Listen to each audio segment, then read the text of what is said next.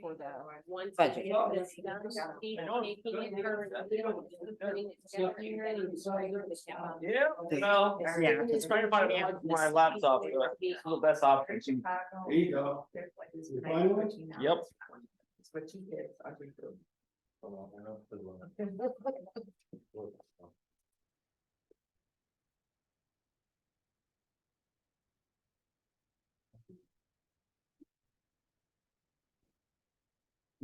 All right, Dan, do you have?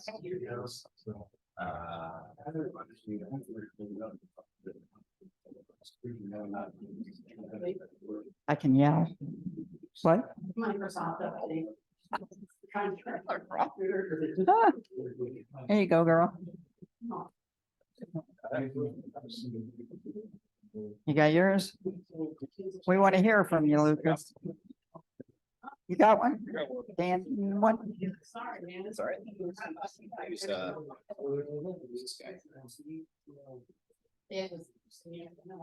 I'm trying to make sure I can bring them. That's what my ears.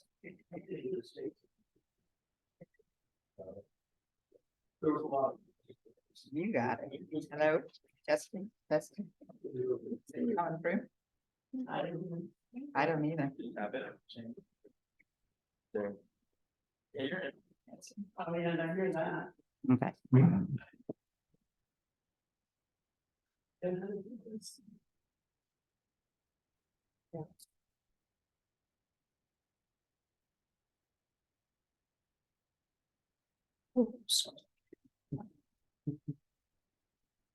Need fuzzies on.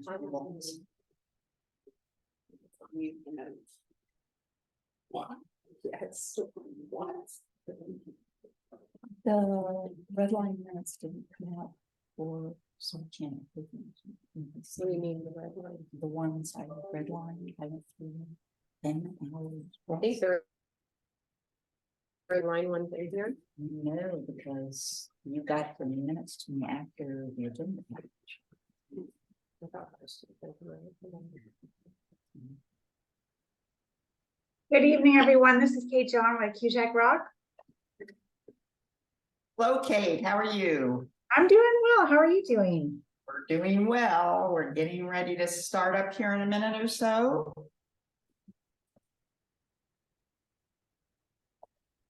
The countdown.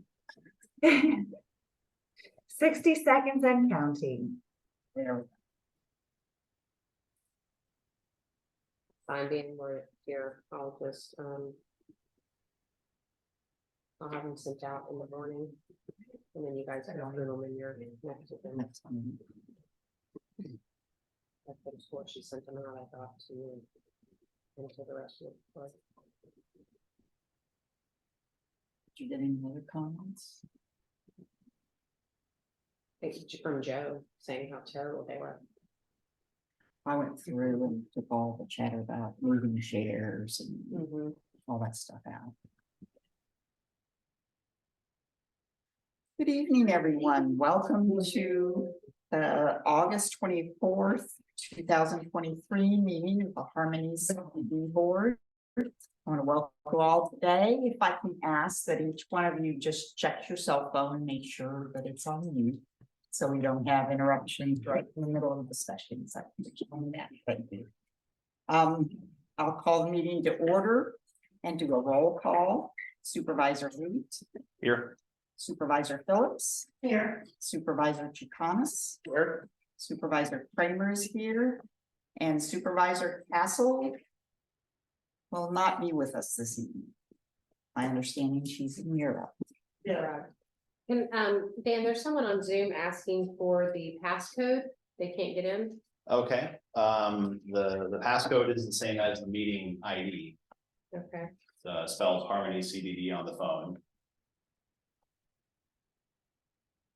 427-666-9233. Okay. Is that okay? Yeah, I haven't seen them join yet, but that should be all they need. Okay, great. Yeah, All she right. got it. The first item on our agenda is a section we call audience comments. That's a period of time where anyone who comes to the meeting and or attends by Zoom is welcome to share their ideas, their concerns with the board. It's not back and forth or question and answer period. It's strictly the audience member providing your input to the board. So at this time, I would open the audience comments section. Again, we do have a later section public hearing on the budget. So if your items are specifically about the budget, you may want to wait until that portion. But at this time, audience comments, do we have anyone who would like to provide audience comments? Yes, ma'am, if you'll come up, give us your name and address for the record, please. It's Beatrice Spencer. Beatrice Spencer. 7011 Beargrass Road. Thank you, Beatrice. So my question was, following the president meeting, I sent you an email with two very simple questions regarding the budget. And I don't know why I didn't get an answer. Really? Because I sent it to you in August 7th. You told me same day you're gonna ask for some info and I'm gonna get an answer soon. So I sent 3 other emails, called 3 times. So now I'm asking here. I was basically just asking how much are your reserves, the real reserve, unallocated reserves. Okay, and we'll discuss that when we get to the budget. I We'll give know. you a whole- I don't Yes. expect an answer, Right. but Angela said the other day we can ask her anything. So, and my second question was, I can't find anything about employees, about workers, who we employ. We have Brett. Okay,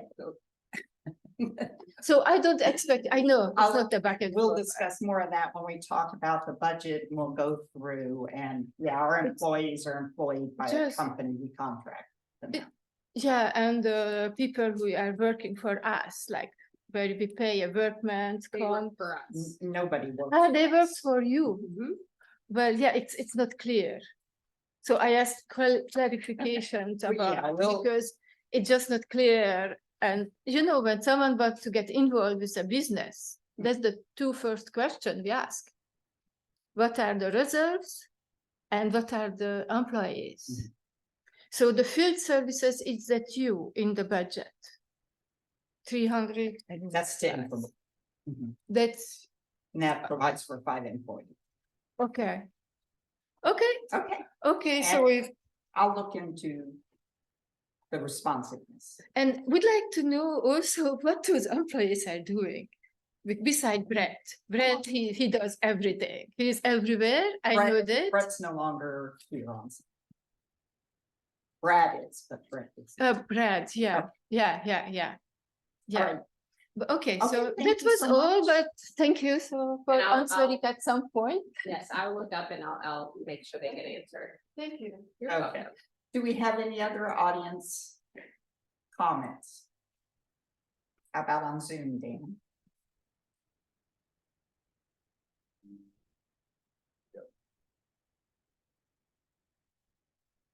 No one's, no one's indicated they want to speak. Okay, all right, thank you. I just have a question, I guess I will. If you want to come forward, I'm Angie Burns, 6837 Goldflower Uh-huh. Avenue. We've been here 3 years and we're kind of like snowbirds back and forth. It's like a second home, but I'm still really confused, even though I read in the new magazine on what CDD is all, because we have been through 2 homeowners associations with 2 built houses prior to this third one. So I'm just a little bit confused on some of the things, and she pointed out one, and so I guess what you meant by comments, is that not questions? yeah, or- no, it's Okay. not questions, but if you want to stay through the meeting,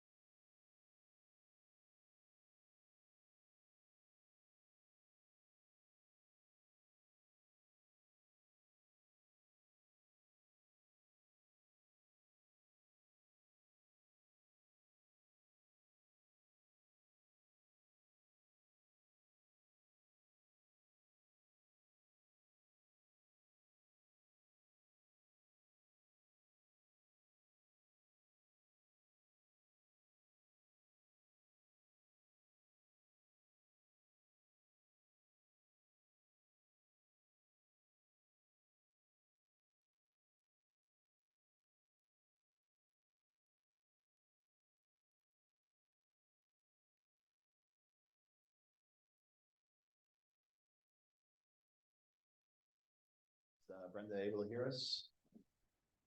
Says I'm connected, but I'm. Yes, I can hear you. Yes, thanks. Oh, thank you very much. Yes. All right, we'll go ahead and resume the meeting now that we're back online. Our representative from Benchmark is here, Nick. Yes, Nick Lemesney with Benchmark Landscaping. Just gonna go over a couple of things, starting with irrigation. We are currently 90% complete with the NET. The second one, Uh-huh. 5 new valves were recently just done. Tomorrow, I will actually meet with a tech. 2 more, 5 Oaks and Catbrier. We're gonna continue, once we fix those, then we'll have more lines that we will be fixing in that particular area. To kind of stop this right there, and with the extreme heat, like last week, we had like no rain, it was drying up, so I kind of focused all of our guys to get that up and going. There's a couple of parts that are extremely low pressure that will follow after that. Okay. We have an oak tree that we had touched on last time. I kind of put the brake on it because of the extreme heat and drought last week. There was no way we would have to go multiple times a day. In this particular area, it just doesn't have irrigation. Where's this one at again? Cup seed. It's right adjacent to the school. The school has no in that right of way. And on top of that, the foot traffic right there isn't helping things, so it's like a sandstorm right there. We have a tree there currently. You're familiar. Oh, yeah. We have a tree that we're currently bucket watering every day, and it's not enough, so I just don't feel comfortable putting in the new oak tree. Now, once it lets up a little bit with this heat, and we get more average rain, we'll go ahead and install it, and then I'll continue on with it. I think it's 20 waterings on that, and we'll put a watering bag on that. Okay. The biggest thing we got going on is irrigation, as you know. So that we still got room within the budget. Once this is complete, that'll put us at like 75% overall with the entire system. That'll leave us room for any more valves or lines or wiring issues that we see once these repairs are made. So we still got a ways to go. But I do look for this to be done the end of next week, or give me the first week of September. Because once they fix it, if I run into something, this particular area has real established oak trees. So the breaks are thick right in this particular area with the roots. One of the wires, I'm using my third piece of equipment tomorrow to locate it.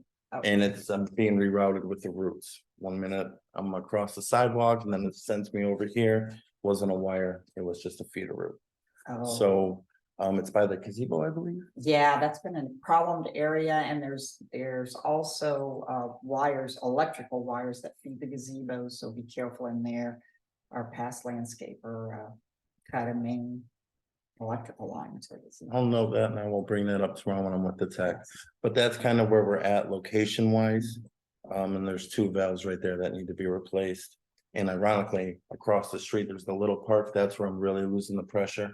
So immediately I'll jump across the street. Okay, great. So that's kind of where I'm at with that. As far as maintenance, in the estates, there's a big oak tree. We went ahead and raised it up to 16 feet because of the construction. We kept seeing it constantly being hit. A couple other trees have fallen, like on the CDD line into the backyard.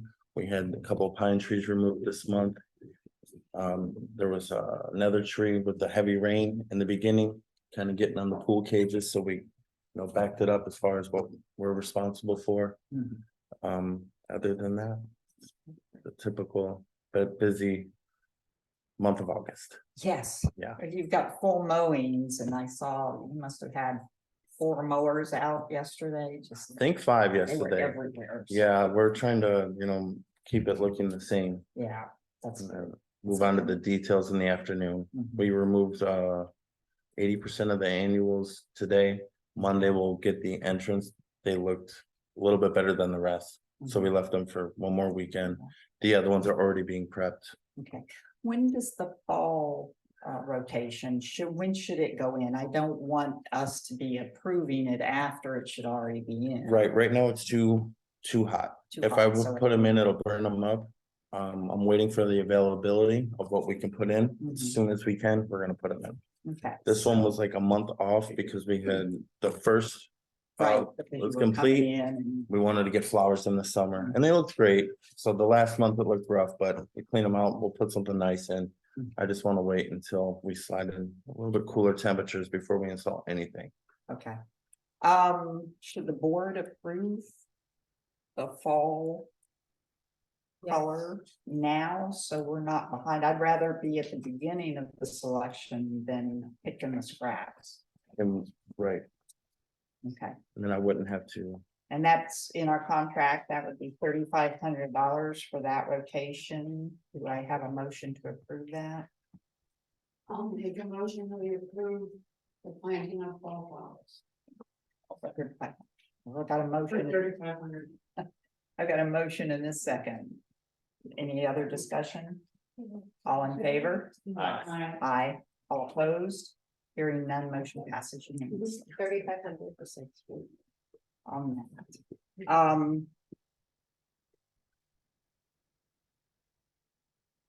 The other thing is the trimming of the trees on the boulevard. That's a part of your overall contract. Mhm. And I've noticed they've gotten really low.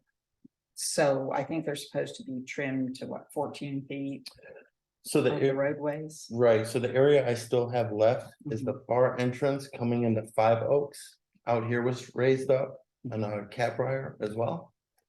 So on that far side, that is where they are the lowest, as when we received our inspection, we had several hits on that area, so I have that area scheduled for the roadways. And we'll come in from that entrance and work our way towards the middle, Okay, and that's where we haven't got to yet. And we should tie right into and where we did start, and that should be done by our next meeting. okay. We have our lots being emptied between today and should be done Saturday. From the trees that we had already trimmed, it was Mhm. full. That's nothing I could have done. It was too dry. I didn't want to put nothing on there. Yeah. There was leaves, so once it's empty, I'll feel more comfortable loading it back up again. Okay, great. And again, any type of trimming, if you mulch it, the garden will accept the mulch. They love to get mulch from any. Tell them to come see me. I have a bunch in Okay. there, and I can have a couple of guys make a couple of piles and make it easier for them to grab what they need before it gets filled up again. Wonderful. So if you have someone in the next week or two, would be perfect. That Okay. would help us out actually as well. Feel free to do it. Axel and Jason, can you get with them on the mulch for the garden? You Yeah. know where they like to have We it. work together daily. And any other questions concerning our landscape? I have one more thing. We had discussed the park. So next month, Grass park? yeah, I know this month's the budget, but so Mhm. next month we're still scheduled to bring that back up.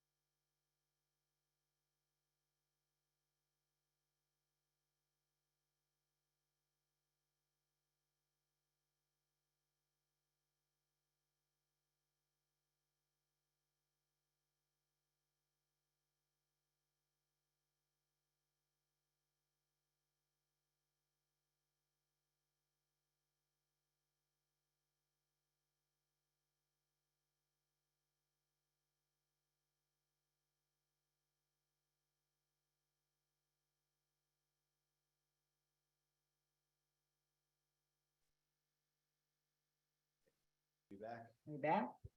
All right, go ahead. So look at the other pocket parks for anything and then kind of present it all as one, or should I keep it, that one's already submitted and then all the other ones on one? Right, just look at them all, but so we can prioritize. If you look at the other ones, feathergrass may not end up at the top of the heap. I You understand. see what I'm saying? I do. So just take a look at them, figure out estimates, and so we can plan for the next fiscal year on what order we might want to address these. Makes perfect sense. Okay, thanks. Also, if you can go back, I think Angel was going to get with you on, there's a tree replacement we needed on Sundrop. And that does have irrigation there from the homeowner, so Yeah, but, it was the one they approved, 3 months ago. something like that, Yeah. that needed to be, a tree put in. Okay, Yeah, it doesn't need to be removed, just Just put in, put in. but she'll get with you on the Yeah. exact address okay. for an oak Yeah. tree, a live oak. Okay. Yeah, it was a live oak. Do any other board members have any questions of benchmark? Keep it up. Okay, thank you very much. Thank you. We like looking better. Thank you for making Glad you it. guys are happy. Okay, I'm thanks. certainly trying. You guys have a wonderful night. All right. Take care. Okay, the next item on our agenda, old business. The location of the community maintenance facility. This is on before the budget because the information that's being provided in this will affect how we deal with our budget for each year. So, David, I'm gonna bring you forward. This is David Hamstra of Pegasus Engineering. He's our district engineer. Chad? And he had a meeting with Osceola County this week. Yes. Good evening, everyone. We were asked to do a pre-application meeting to present two options. The lakefront option, which is utilizing some of the existing parking lot and concrete pad for a building. And then we also presented what I call the Five Oaks Drive option, which is a newer facility, new building, new parking lot. All in all, the meeting actually went really well. I was surprised how relaxed they were on enforcing maybe additional things I thought were coming. They thought but both locations were consistent with their zoning and land use plans. We were not in contradiction to what we were proposing in both locations. Probably the biggest thing that came up towards the end was discussions of the fire truck, how the fire truck can come in and out, the distance from the fire hydrants and all that safety stuff. But no direct substantial impact to either site plan, just things we have to be aware of if we move forward.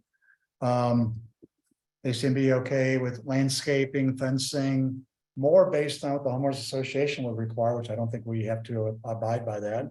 So it's whatever the board deems to be appropriate. So I'll bring it back for you this evening, remind you the cost difference between the two. Lakefront was roughly $100,000 with a contingency put in there. And Five Oaks Drive, which is the newer facility, is roughly $350,000. So one's a brand new site, new everything from scratch.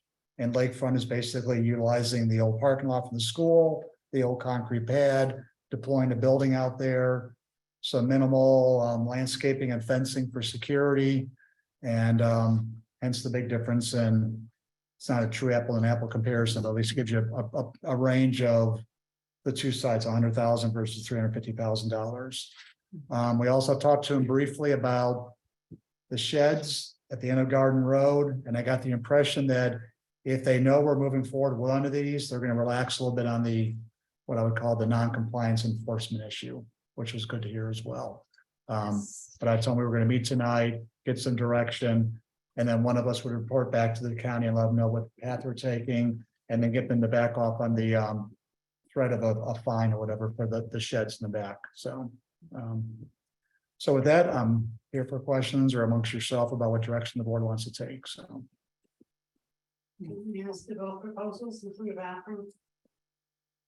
Not the lakefront, no. The lakefront would be staff utilizing the public bathroom. The Five Oaks would be the bathroom would be within the facility. If you want to have a bathroom in the lakefront. Because that was on one of them, said it was like $6,000 more. We just have to run water to it, water and sewer, which I'd have to find out the exact location of the utilities that tap into. Now, there should be they should be there because the community school was there. That's where, I mean, in 2008, it was a very heavily used site. It would show my chronology of the aerials, how it kind of went from nothing to densely populated to fully populated and back down again. I gotta believe there's gotta be some water and sewer lines somewhere that's happening. So. And they seemed excited about repurposing that site for a community maintenance facility site. They commented that it had the more options for expandability if that was needed, more land available. Whereas I think even Greg mentioned that the 5 Oaks site is very tight, and although he's got it on paper, actually putting it on the ground might be difficult. So that's the big thing. Now, I did just speak with Jason about wanting, if he and his crew would need bathrooms in the facility.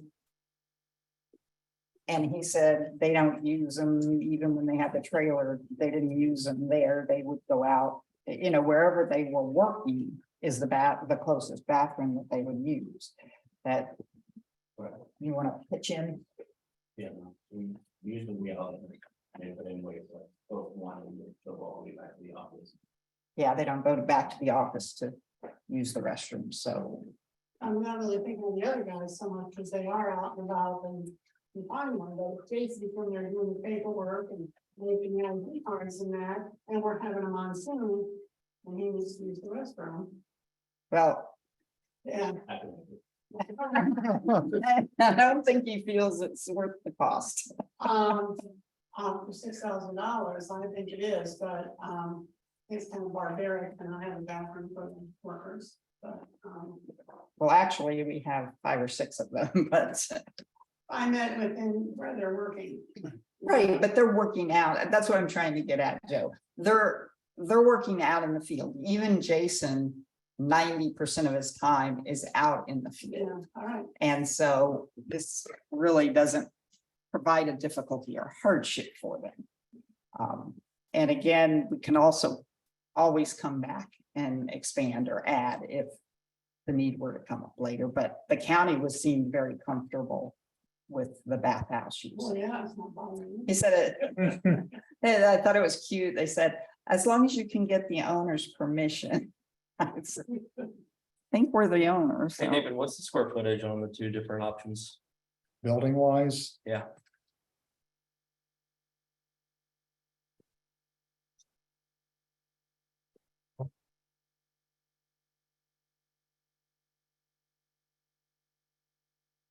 Don't know the number off the top of my head because one is priced at 30,000, one's priced at 20,000. So So we didn't compare same size buildings. no, the smaller version was without the bathroom. And it was trying to fit it on the existing concrete pad, where the newer site had a little bit more flexibility to put a unit with the bathroom, plus the building was larger. Before I forget, if it matters or not, on the new sites, the county had a preference for the driveway being off the private road versus 5 Oaks, because the proximity of the private road to the 5 Oaks idea, but I did tell them that was a private road, so there may be an issue garnering security to do that. And then Greg talked about the existing easement that's on the east side that we're trying to work around as well, but neither one does seem to be insurmountable, but they just did express the interest. They like the private entrance is better off than in 5 Oaks, but I did tell them that it's a private road. It's not a road like for a subdivision, so it doesn't have the competing left and right turn movements like it would be if we were next to a subdivision, but that could be worked out depending what direction you'll take, so. So what changed since our last time talking about this? Because I could have sworn the lakefront was at least $150,000. Almost closer to 2. And I knew the 5 Oaks was around 350,000. So I'm wondering if I'm incorrect, or is something changed from the previous time? Yeah, I printed out the estimate we did in May 23rd, which was what, 3 months ago, and it was 88,000. I rounded to 100 because there's still a lot of unknowns. So if I said 150, I Misspoke. misspoke, but because I'm going with what Greg prepared for me. Okay. And the one that 350, is actually like 336, and I rounded it up, but this is also for May. I didn't feel the need to update these based on our pre-application meeting, because really nothing came out of it that was hugely financially new that Greg hasn't included before already with landscaping, fences and things like that, so. I know one of the questions had been with drainage. Obviously that would all be built into the new site versus is that still a possible contingency with building lakefront? Like, is there a chance that we would have to, add any, either, retention pond or anything like that? Or did they fully sign off on drainage as is, just? No, I told them we would look at the capacity of the pond as well, the restroom, to see what that was sized for and whether or not that would accommodate the small impervious area that we're adding to this particular footprint. Because we're not, if you go with the lakefront, you're converting a concrete pad to a building, so that's remaining, and the parking lots, the parking lots. So putting aside the gravel for the storage yard, if the existing pond north of the volleyball courts, north of the volleyball courts is large enough or has to be expanded slightly, we'll know once we get, if that's the direction to take, we'll look into it further, so. Yeah, their statement was, and again, if you would put up the 2008 base map on that lakefront site. Their discussion was that was an extremely heavily used site at that time. They anticipated that stormwater design would have been designed to handle that use. So they anticipate no requirement for additional stormwater.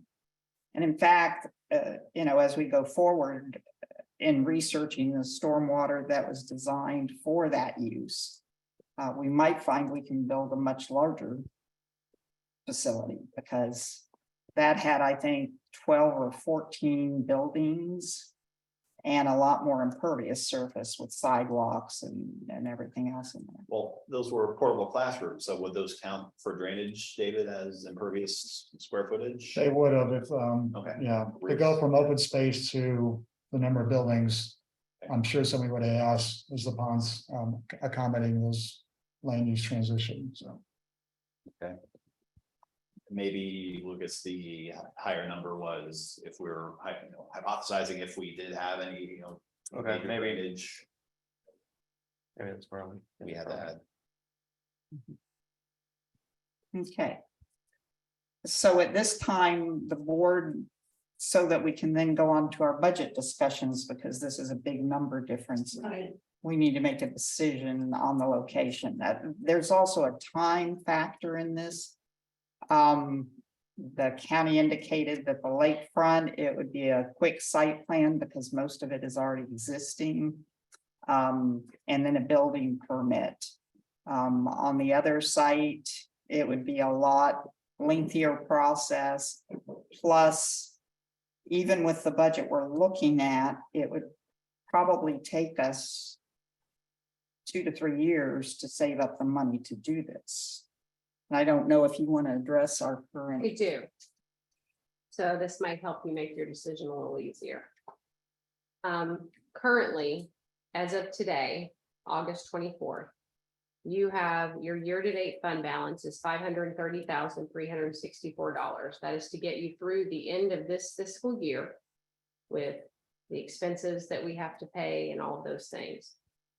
Fiscal year 24 first quarter funds, which gets us through that first quarter until we start getting payments in, is $467,801, which obviously we don't touch that.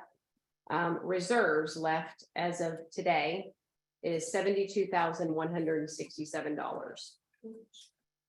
And that does not include the final payment that we have for the alleyway project, which the final punch list, once that's established, will come in, it's roughly 31 and change, something like that. So then that's going to leave you even less in your reserves.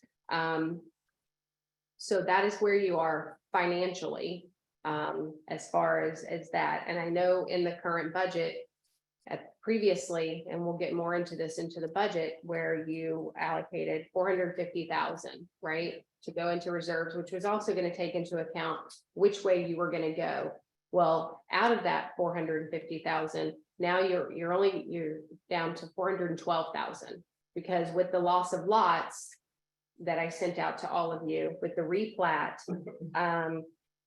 we have to account for $38,393.34 of lost revenue. So that automatically came out of that 450, which brought you down to 411, 412. So that's currently what you have allocated right now, where it puts you at that 15.3%, which is just under the 15.4% that you approved and that the letters went out on. So again, taking into account, this is where you are today with your reserves and what you're going to take out of that money, depending on which way you decide to go with the community maintenance facility. The rest will be your contribution to reserves. So again, when we start talking about cutting the budget, there's really nowhere to cut, is my point. And you need to go, the recommendation is you need to go with the less expensive option, because you're not going to have the money to do anything other than that. Yeah, but I feel as a community, just because we don't have money, we're making the lesser option. And being forced into that position, which I don't think is correct. You're not being forced, it's just, I mean, it's. Well, we have to pick reality. one or the other. Yeah, but if you pick the one that is, what was the cost of the other one? 350. You can Like I choose- said, we're being forced to pick You this. can Yeah, choose. you really don't, we really don't have a We- choice. Yeah, Now, we can look at it this way. On the lakefront, if you put up the structure, again, we're choosing, instead of a site-built structure, we're talking about a metal structure that they come up and they put in, and that can be moved in the future. So we could come in, use the lakefront at this time. Now, the fencing would be a cost that we may not be able to move easily. And the landscape wouldn't. But the actual building, if we decided in 2 and 3 years that we'd saved up the money and we wanted to move it, then we could do so without too much loss in that. Side question, Angel, when did you send out the information about the assessment issue, or? I don't think that didn't hit our box. yeah, and everybody's box. refund? Yeah, everybody got that. When did you send it? When did that Um, go?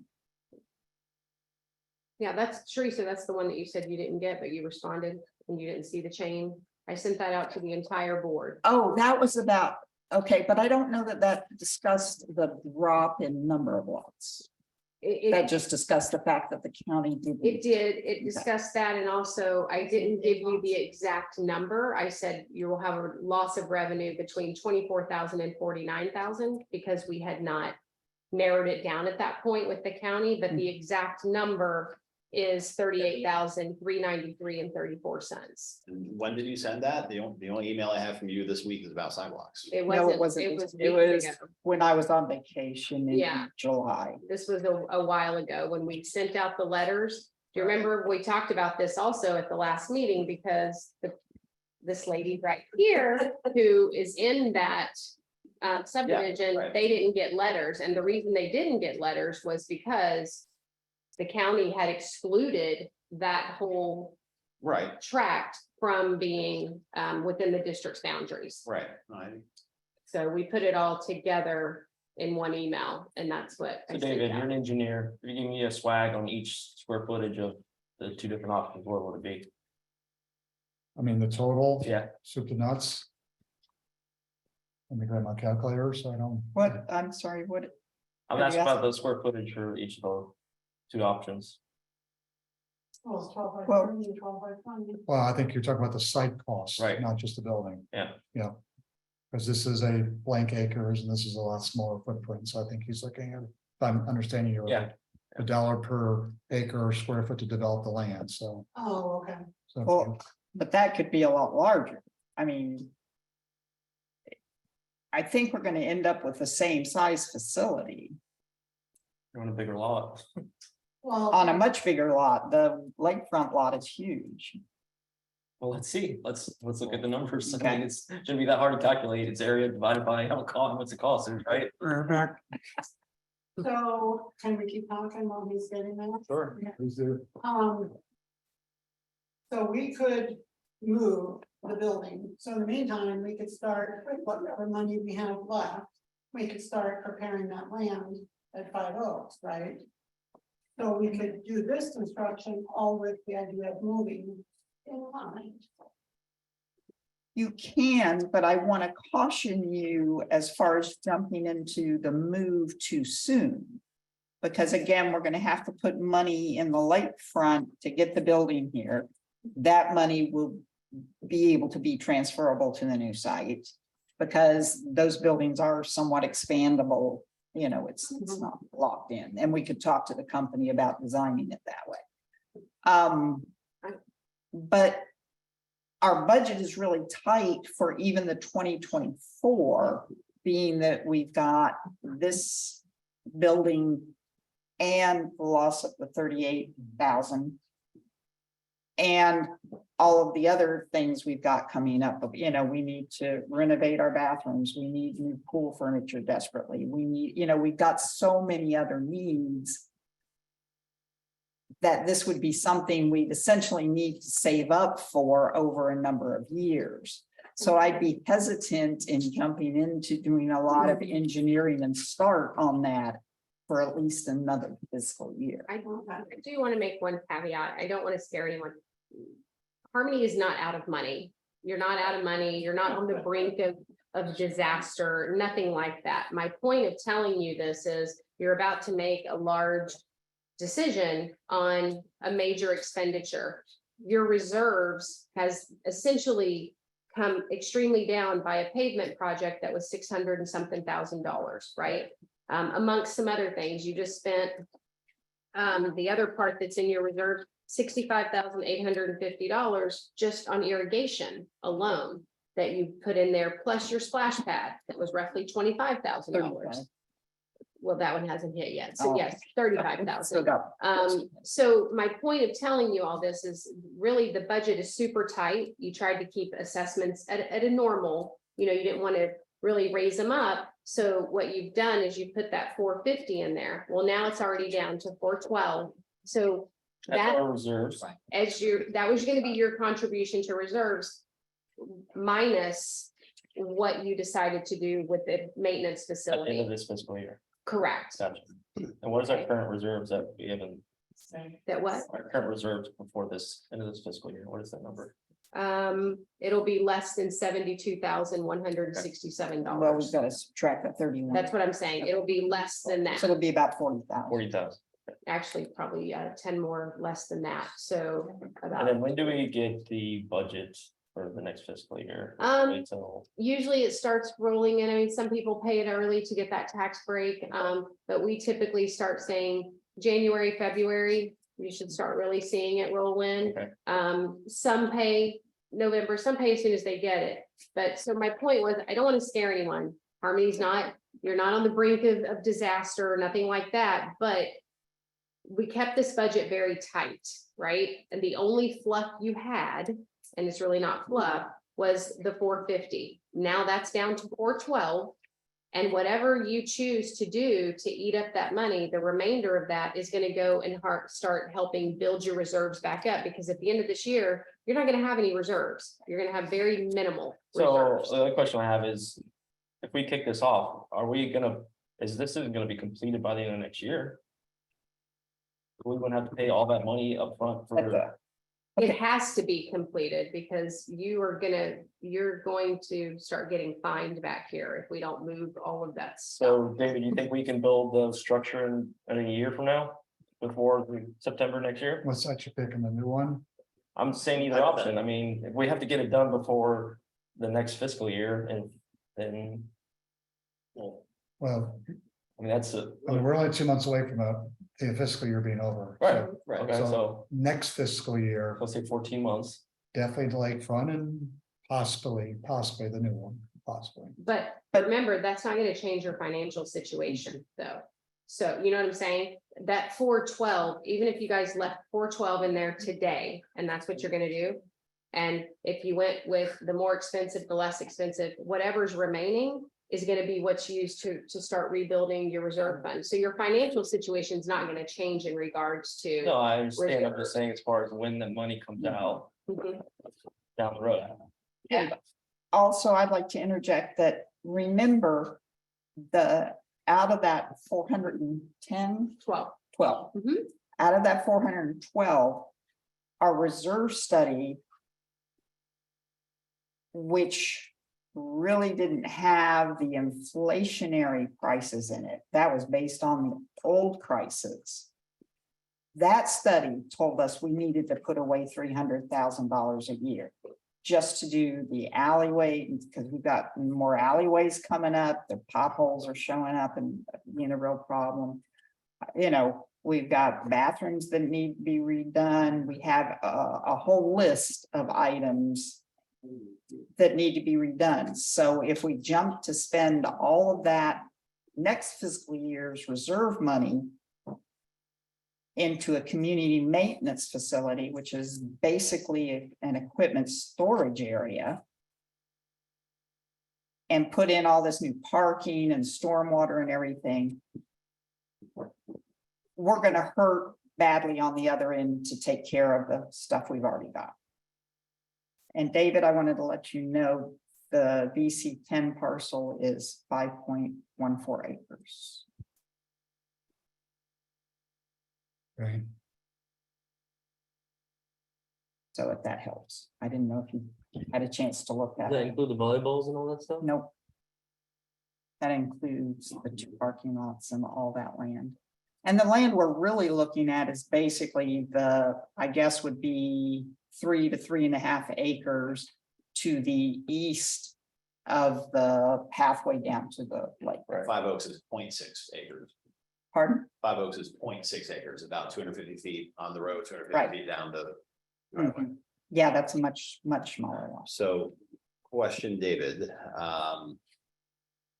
looking at the lakefront area right now, part of the draw is there's already, some infrastructure in place, and there's already a pad in place. That pad is right now, it's like right up against the, the walking path out to, Buck Lake and docks and everything. Completely spitballing, how much of a cost delta, or just for county reasons, would this not be an option? Would it be possible to do a new similar size pad, just maybe located a little better in case it does end up being more of a long-term thing? Is that something we could even? To pull it away from Right. the path.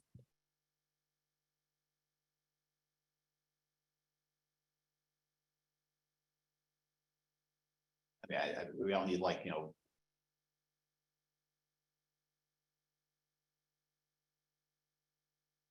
10,000 from okay, and if it were similar size and we're not adding like a bunch more sidewalks or anything, then that shouldn't change the.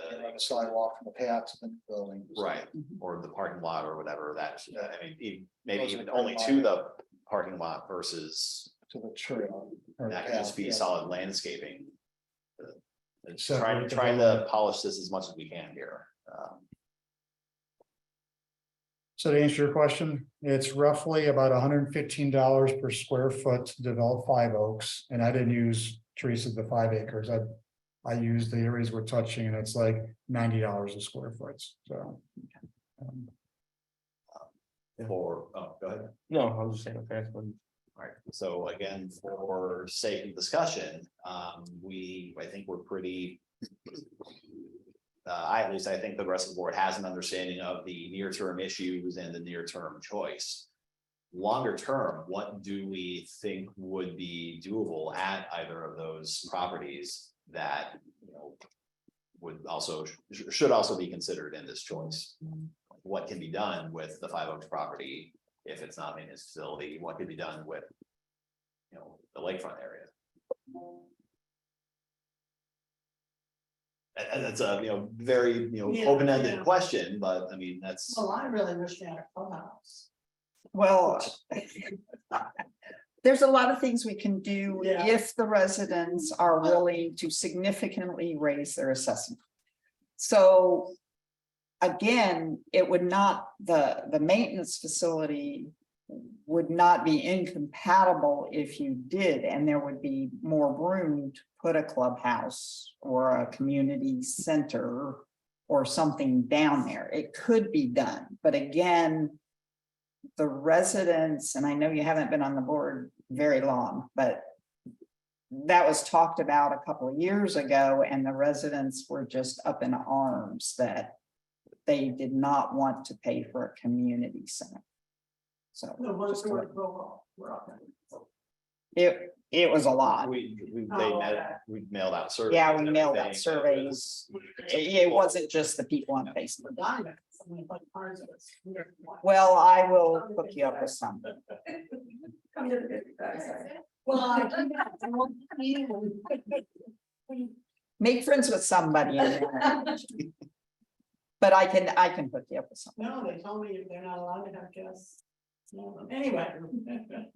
So, the Five Oaks parcel, again, as far as alternative uses, Dan, is that what you're asking? If we don't It's put just- this there, we could leave it as Playground, open space. You know, playground, if that side of the town doesn't have a, Yeah, But I mean, we don't have to make a use of it right now. That's the no, nice I thing. understand, it's what, and I'm not, that, Mhm. to build up reserves, we can't be doing a bunch of things at once, but. Right. just, again, just making sure that's part of our, decision process. So, So Angel, sorry, not to, put you on the spot, when we went through and did the budget workshop. And this was our baseline plan, we originally had a smaller assessment increase. Or a smaller reserve contribution was the original plan. And in that meeting we thought at the time, give ourselves at least the option, the choice, or to have the choice. We bumped up that reserve contribution. Yep, it was at 350. Right, so we know there's the 30 something, that's the tract L issue. I mean. It seems like it would, I mean, if we're still saying we're, dangerously skinny now, then, I mean, what's changed from back in May where we were looking at an even smaller reserve contribution?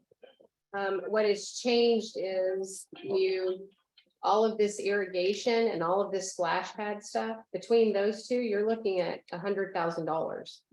Well, 25 for a splash pad, the irrigation was, I thought it was in the 30 neighborhood. No. It was 60, 65. okay. 65, 850, another 25 for splash pad, plus another 10 coming.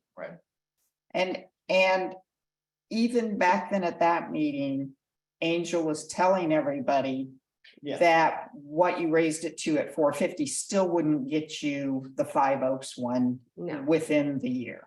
Right, okay, and I remember that, and I guess the And I other think part of the Mrs. question. Castle at the time said you had $800,000 and that wasn't Accurate. accurate either. well, I think part of it too is you're trying to keep close to 15% and not go much beyond that too. Correct, and that's the thing, the board was trying to keep it in a reasonable assessment. You knew you had to raise assessments, but again, you were trying to keep it as reasonable as you could. Sure. Even if you were to leave it at the 350.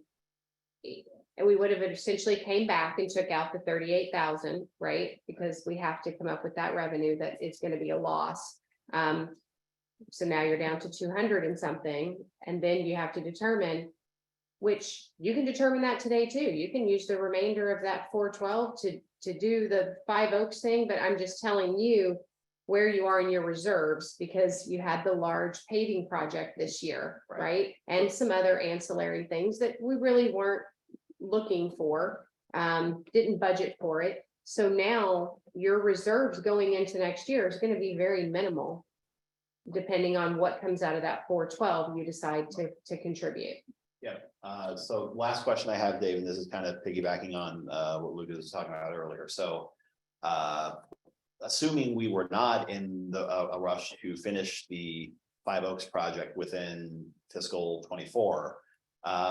As far as just the actual sequence of building up that property. how consistent do you think, the, costs of the different contractors and different portions of that, projects would hit? Would it be fairly distributed? Is it gonna be heavily front loaded, back loaded? How, you know, Double check the building, it's the same dimensions, it's 25 by 45. We just added the extra cost for the bathroom inside the new facility, so it's the same footprint, same lean-to for the outdoor. So, if we were to move that building in the future, the sites, whether we start doing when it can, the parking, the driveway, the infrastructure, to kind of do it over 2 fiscal years, and then you can make the building last and plop it into place and get it up and running, not next fiscal year, but maybe the fiscal year after that. So. But you have to raise money this coming fiscal years if you want to start tackling the infrastructure, the right? pond, the pipes, some of the roadway paving, which I know some board members say, do we have to have asphalt? Can we do something cheaper? Yes, we can. We don't have to, you know, do the Cadillac. We can pare back a little bit, but, we provided extra parking, not knowing if staffing needs would get bigger, if we were gonna use that building for a meeting place, we ever kicked that. Oh, no, that's Yeah. not Okay. that size. Okay, That site doesn't allow for any of that, or would not allow for any expansion if we needed to add employees or expand. Well, David, as far as the building structure of each option, they're both exactly the same as far as the materials are used for? yes. Okay. Yeah. So literally, because I mean, we're elevating houses throughout Florida with the floods and stuff. Literally, this can just be lifted and moved to relocated here. So question is, would you buy the bathroom now? So you wanted to scab it on later once you move it. So would you just buy the building with the bathroom? And then when you move it, it's all ready to hook up and ready to go. So.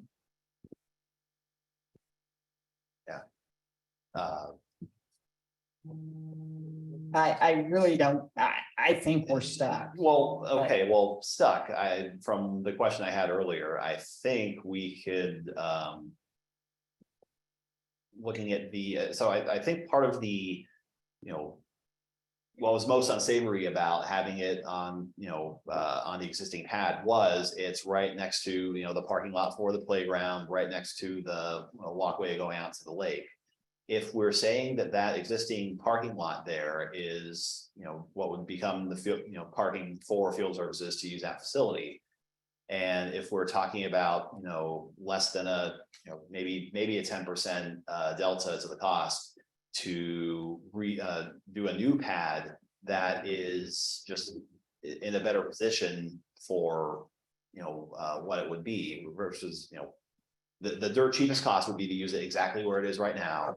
And then it's right next to the recreational side of, you know, that area. Versus if we bring it, you know, I don't know, 100 feet something northeast.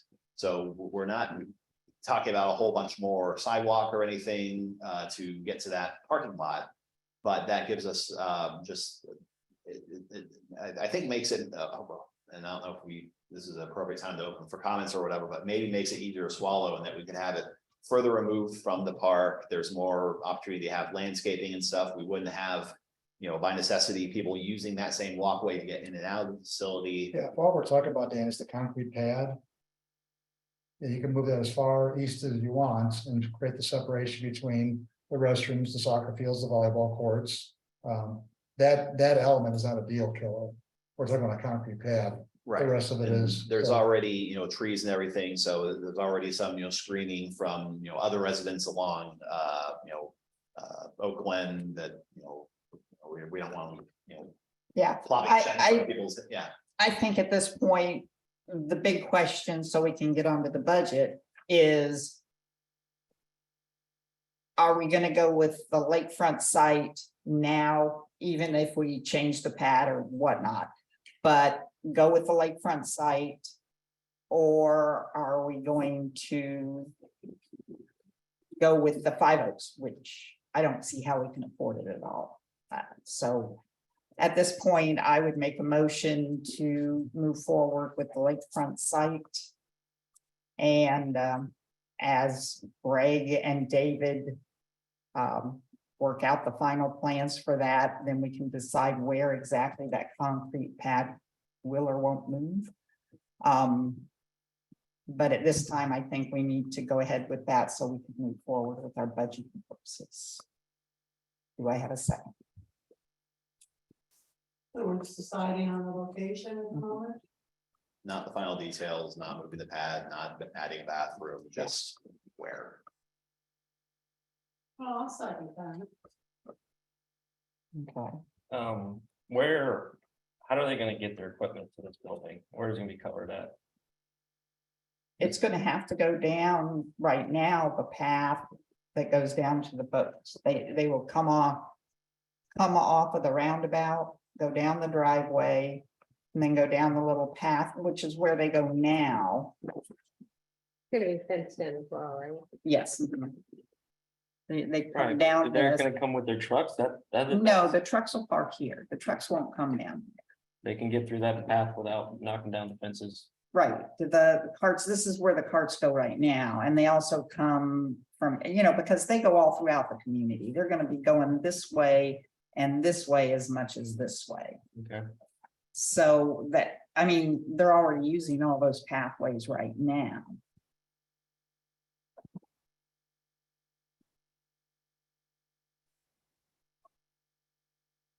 Okay, any other discussion? Well, I do have an accounting question, sort of. Mhm.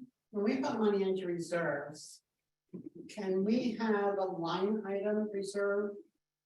Like, let's say we go with this, and we say, well, we're gonna put $50,000 aside for the 5 Oaks locations. And when we get enough money, then we're gonna move it. Yes, we can do that. You can earmark it Mhm. for whatever's in there. You can say this is for doorknobs, this is for whatever you Yeah. want. Okay, Don't use this because we're saving up for this. right. Or- I mean, We can- I think maybe the whole decision's a little more palatable if we take that approach. And even 100,000 towards future move, you know. Okay, yeah, but you, I'm you not just have to sure- be sensitive of the amount of repairs that we have. But that can be No, no, changed, that's what I meant. yeah, 100,000 might be stretching it. Yeah. So we could do the first year at 50,000, because next year our budget should be a lot easier in the sense that we won't have paving project. but you're saving up for the next paving project. Just Well, remember. but it's- But that's we not can as deal with big. this next month. That's not as big, is it? Right, Okay. well, yes, it is, Okay, but- but landscaping might not cost as much next year. you know it will, more. It goes up each year. Well, But well, then but we have to the go along irrigation with- add-on should not be as bad. Yes, the irrigation, the huge irrigation. Mhm. Right. But anyway, so at this point, I'll call a question. All in favor of the lakefront site for our community maintenance facility as we further look forward to other options? So I'll say aye. Aye, okay. We've got 3 affirmative, 1 opposition. Motion passes. Thank you all. So if we want to do the thing where we set aside money, does that have to be an option too? And we don't have to decide that tonight. because obviously- We have the budget here to talk about. Right, as we move forward, and we get into, once the major budget is adopted, then as we look at the budget, and if we want to set aside a certain amount, we could ask Angel, and we'll have the reserve study going too, I hope. And then we need to get you that reserve study, so you can see what is down the line. What is that? Reserve items needing major renovation or replacement for 2020. That's That's just just getting shot. Okay. a that's- that's little fine. tiny piece of that. All right, But yes, as we get into, after you guys approve, we start getting funds in, you can determine as a board how you want it. If you want to earmark certain stuff in the reserve account, we can do that. It's not a problem. well, because I ultimately would prefer the community maintenance facility over on 5 Oaks. 5 Oaks, yeah. But right now, I don't see how we can do it, so since the movie, the building is movable. It's like for us, to- Plan accordingly. well, in that direction. we can't Start the promise. savings Yeah, account. start Right. saving toward it, absolutely. Okay, we're now moving on. Thank you, David. Don't go totally away when Yeah, I you- got- after the budget. Well, and the other thing too, to add to all that, is the community has made it pretty clear that they want a bare bones budget and they don't want to pay for anything extra. That's So correct. our hands are kind of, Ah, not high, but But we have yes. to respect that, you know, so. That's correct. And we're already locked into what we established back in May or June. We May. can't go any higher. Right. That would have been different if we could have. We're now at the new business section of our meeting. The next item is the presentation of the fiscal year 2024 budget. All right, so as we kind of touched on it before, back in May, the board went through, we went line for line. And, you know, there were contract increases, there were insurance increases, all of that. Essentially, most of it was exactly that, contracts and just normal increases. The only thing that the board decided to do with the maintenance facility in mind was to put $450,000 into what is on the budget called reserve other. And what was going to end up happening was they were going to determine about the community maintenance facility, and then the remainder of that was going to be put towards reserves, or they were going to cut it out of the budget, however they decided. That scenario has changed a little bit today. As I just stated, we have to come up with the $38,393.34. So what I did is I took it out of that 450, which leaves it at 412. Okay, and that brings us back to where we originally were, which is a 15.3% increase. So now it's up to you all to determine how you want to move forward from here. And let me give a little description. Sure. I think the 38,000, because nobody was really, I wasn't expecting, but at least we weren't expecting it back in May and June. No, The 38,000 came to us by virtue of North Lakes. North Lakes has continually been paying assessments. The developer, even though it's undeveloped, has been paying both the debt service assessments and the operation and maintenance assessments based on 80 lots. He chose, instead of doing the 80 lot plan, to reduce the number of lots in that parcel to 61. To make up for the debt service portion, he will stroke us a check for the difference, so that we will have that money to pay down that debt service on the 19 lots he's not building. correct. However, the operation and maintenance amount, he does not pay every year. That would have to be made up, and that's where this $38,000 is coming from. So it's either we make it up by basically spreading it through all of Harmony, which is what we're looking at, or the other option would be to put that huge chunk of money annually on 61 lots. So I think if we spread it over everybody, including myself and everybody sitting up here, it would be $20 a year difference. If we dropped it on the 61 lots, it would be 700 and something. a year. Yeah, it's a substantial amount for them. And we're not comfortable doing that for a few different reasons. There will be a gated community, everything behind the gate, the district, we won't have any maintenance back there. Even though they are going to have access to All the facilities amenities. that you guys do offer. They use our roads, they use our stormwater and everything. But again, this would significantly up their annual assessment. So Okay, so, how many, I mean, we have neighborhood M, how many neighborhoods are left to be built out? That I don't know. Okay, I'm asking because this isn't the first time this happened. Correct, we talked about that. Yeah, Mhm. and in that case, it was rather than being spread on everyone, it was spread around now and future. So it happened to be my neighborhood. It was, I think we also polled at that time, neighborhood M, neighborhood O, some still haven't been built and some were at the time not built, but have now. And Is it the that's, same developer? uh, 'Cause that's gonna make a difference, and I don't think this developer Has is any further building development. any further than this, so we can't really spread it out Yeah. on other developers' property versus this one. If it was the same developer, we possibly could work something out. right. Yeah, that's, that was before it was the second, I guess, iteration of Starwood, but it hadn't been. Divvied up. Parceled out by then. Right. So that's the position that is in. So What about the check that he owes us? How much is that? That's gonna pay debt, that won't affect your budget. Right. That's just truly for debt. He's still responsible.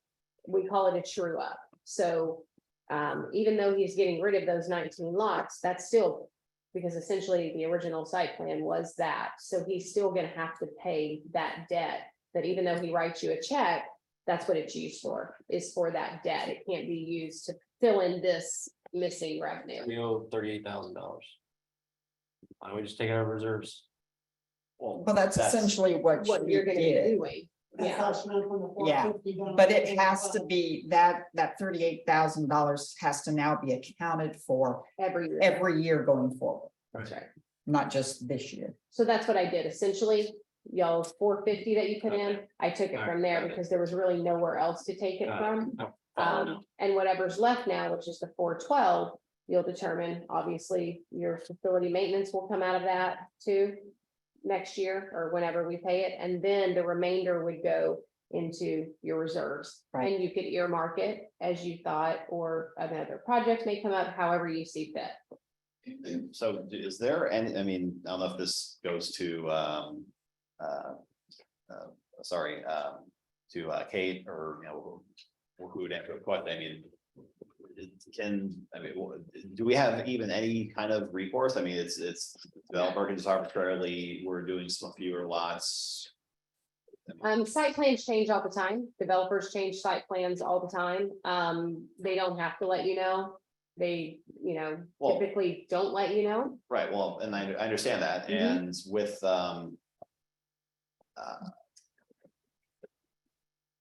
I guess the question is, we have the, assessment schedule for, each neighborhood and,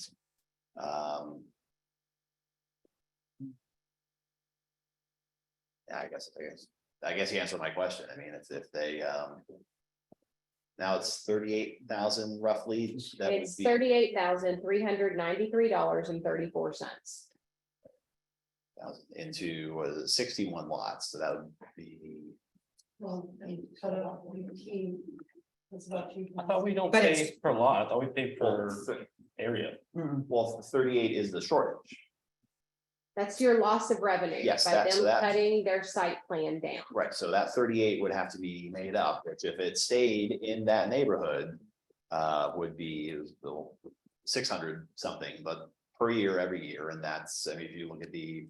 Assessment schedule, that's pretty good chunk, and that was.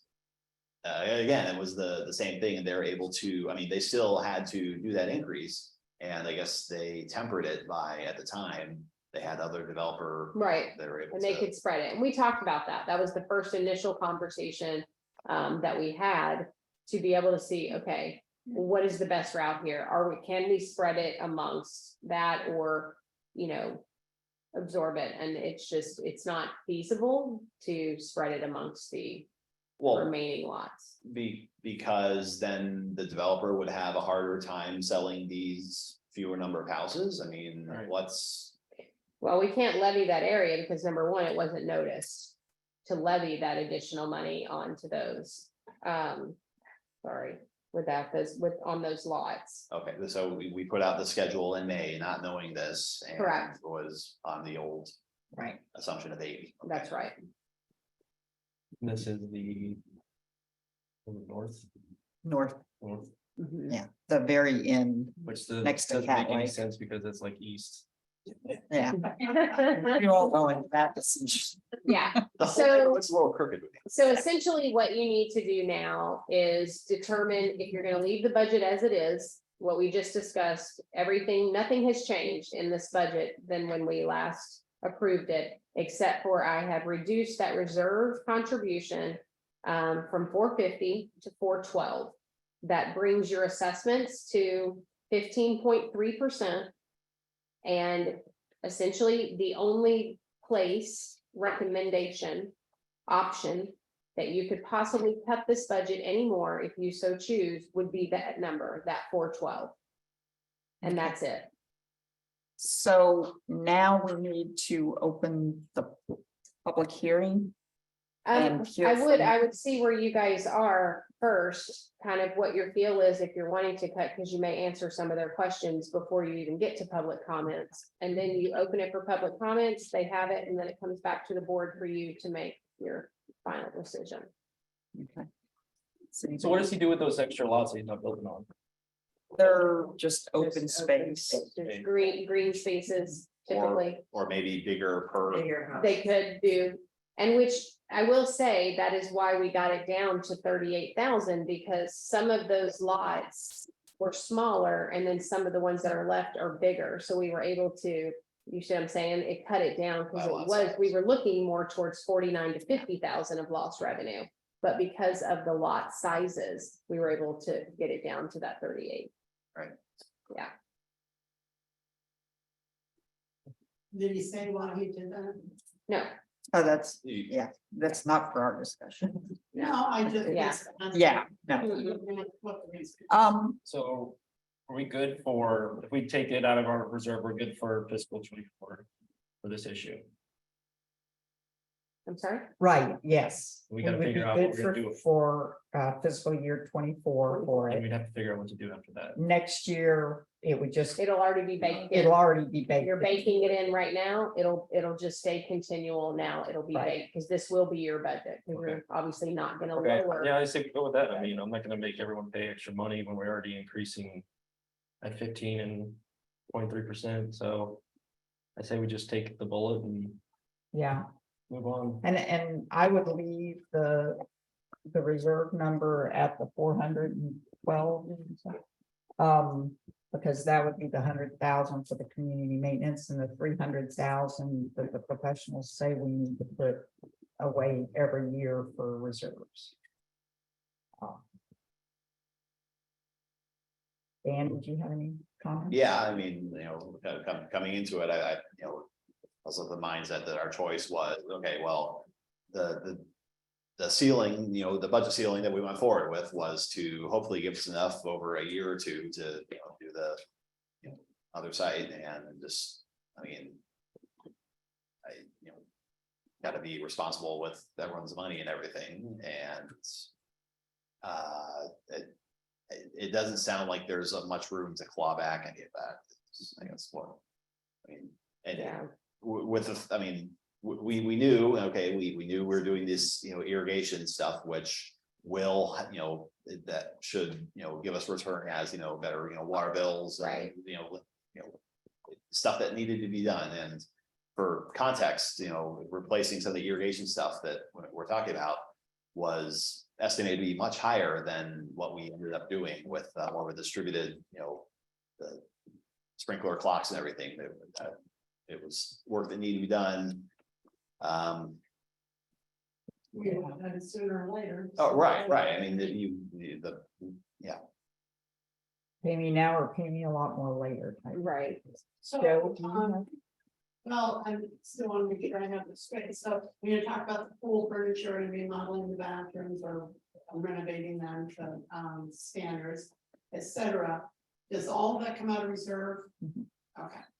Yeah, the reserves are set up to, there's our day-to-day costs, Right, the yeah. cost for the chlorine for the pool and the chemicals and the maintaining things. That's the day-to-day cost. The reserves are for those big projects that have to be done basically once every 10, 15 years, like our alleyways are 15 years. Well, the alleyways this time were 600 and some odd thousand. in 2 more years, we're gonna have another project like that. Well, we're not going to, for that 1 year, increase everybody's assessment to make up for that 600,000. We need to take some money, then start saving it for Right, that purpose. So, and it rolls along, and we have about, 5 neighborhoods with alleyways, so every 3 years. We'll continually be doing that. Now, this one that we did, C1, C2, that was the biggest single, Yeah, that was 2 neighborhoods together, right? but So it's not going to be that same very large amount every time, and there was other factors, I mean. Inflation, labor costs, whatever else, Mhm. there's. Not that I'm expecting it to be, Right. cheaper in the future, but it's not going to be, the future neighborhoods are not, we're not looking at another 600K the year I after hope not. next. Yeah. Right. But that's where we are to explain it, we have this huge list of things. That the deferred maintenance is coming due. We either do it or we shut it down. And a lot of them, like our stormwater systems and things, we can't shut down. So we've got to set this money aside, so we will be ready to pay for those when that day comes due. Well, if you are all in agreement with kind of what it looks like, then you could do a motion to open a public hearing for the budget. Okay, So. I have a motion to open a public hearing. Do I have a second? I'll second.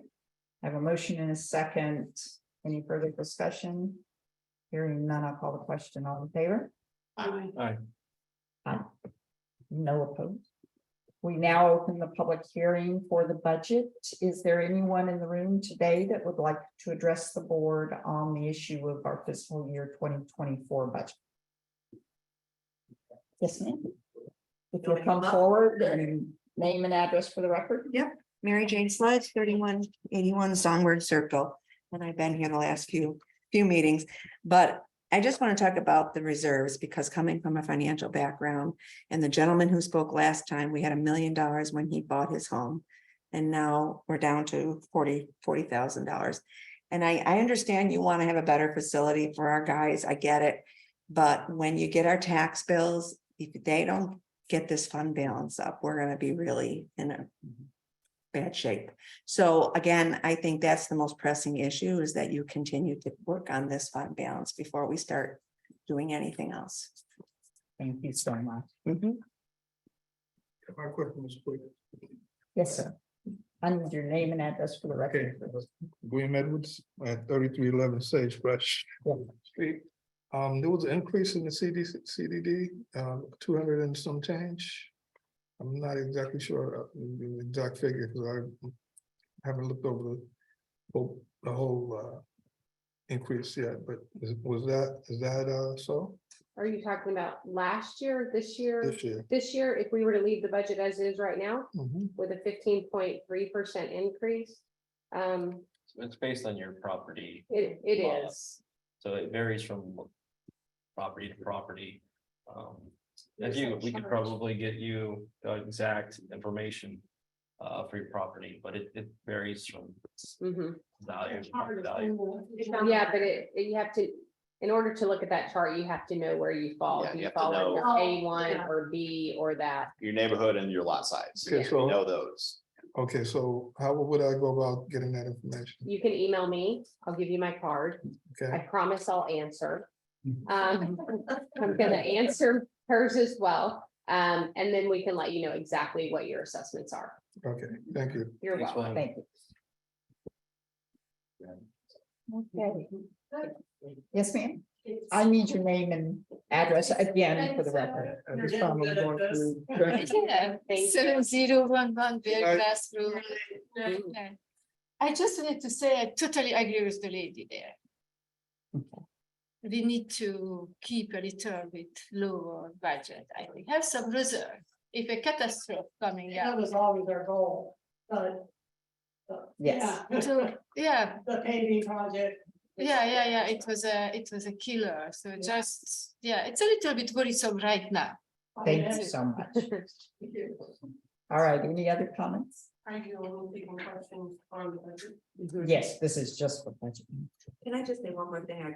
If- Just real quickly, real quickly, just come on up. No, just, yeah, the reason I'm just, one more And this question is- is, Mary Jane Sledge, 3181 Songbird, is that you see that there's a lot of homes here for sale, and they're having difficulty selling them in order to, because of all the fees that are associated with living in our community, and it's a beautiful community. I would not say I didn't want to live here, but I just want to make that point, because if we keep raising and raising and raising, I think for 3 years now, if we're good with the reserves, then we go back to doing those special projects and things like that. So that's the only thing I have to say. Thank you. Okay, anybody else here in the room? Wiles, 3184, Songbird. I got 2 questions. Yes, no. Shoot. There's no- They made a take on. Okay, we can, this caused some problems in our minutes, so let's. It's saying here, that the county tax collector is gonna collect the fees this year or something. That's correct. It's every year it's happened. That's the only way we collect. Okay, but this isn't property tax, so they're gonna send a separate bill. Nope, it's all It's all property tax, If- property tax, and then it'll say non-ad valorem, and that's what these taxes That's what are. these are. Yes, sir. So any special assessment, I think we have a fire special assessment and a waste special assessment, so it would be within that. Okay. And then I see on here Cat Lake access $6,453. How do we access Cat Lake? That's not a CDD issue. We don't have any control over cabinet. That would be an HOA Mhm. issue. Well. It's everything on this page here, you guys don't do. I'm not sure what you're looking You at. know what these benefits.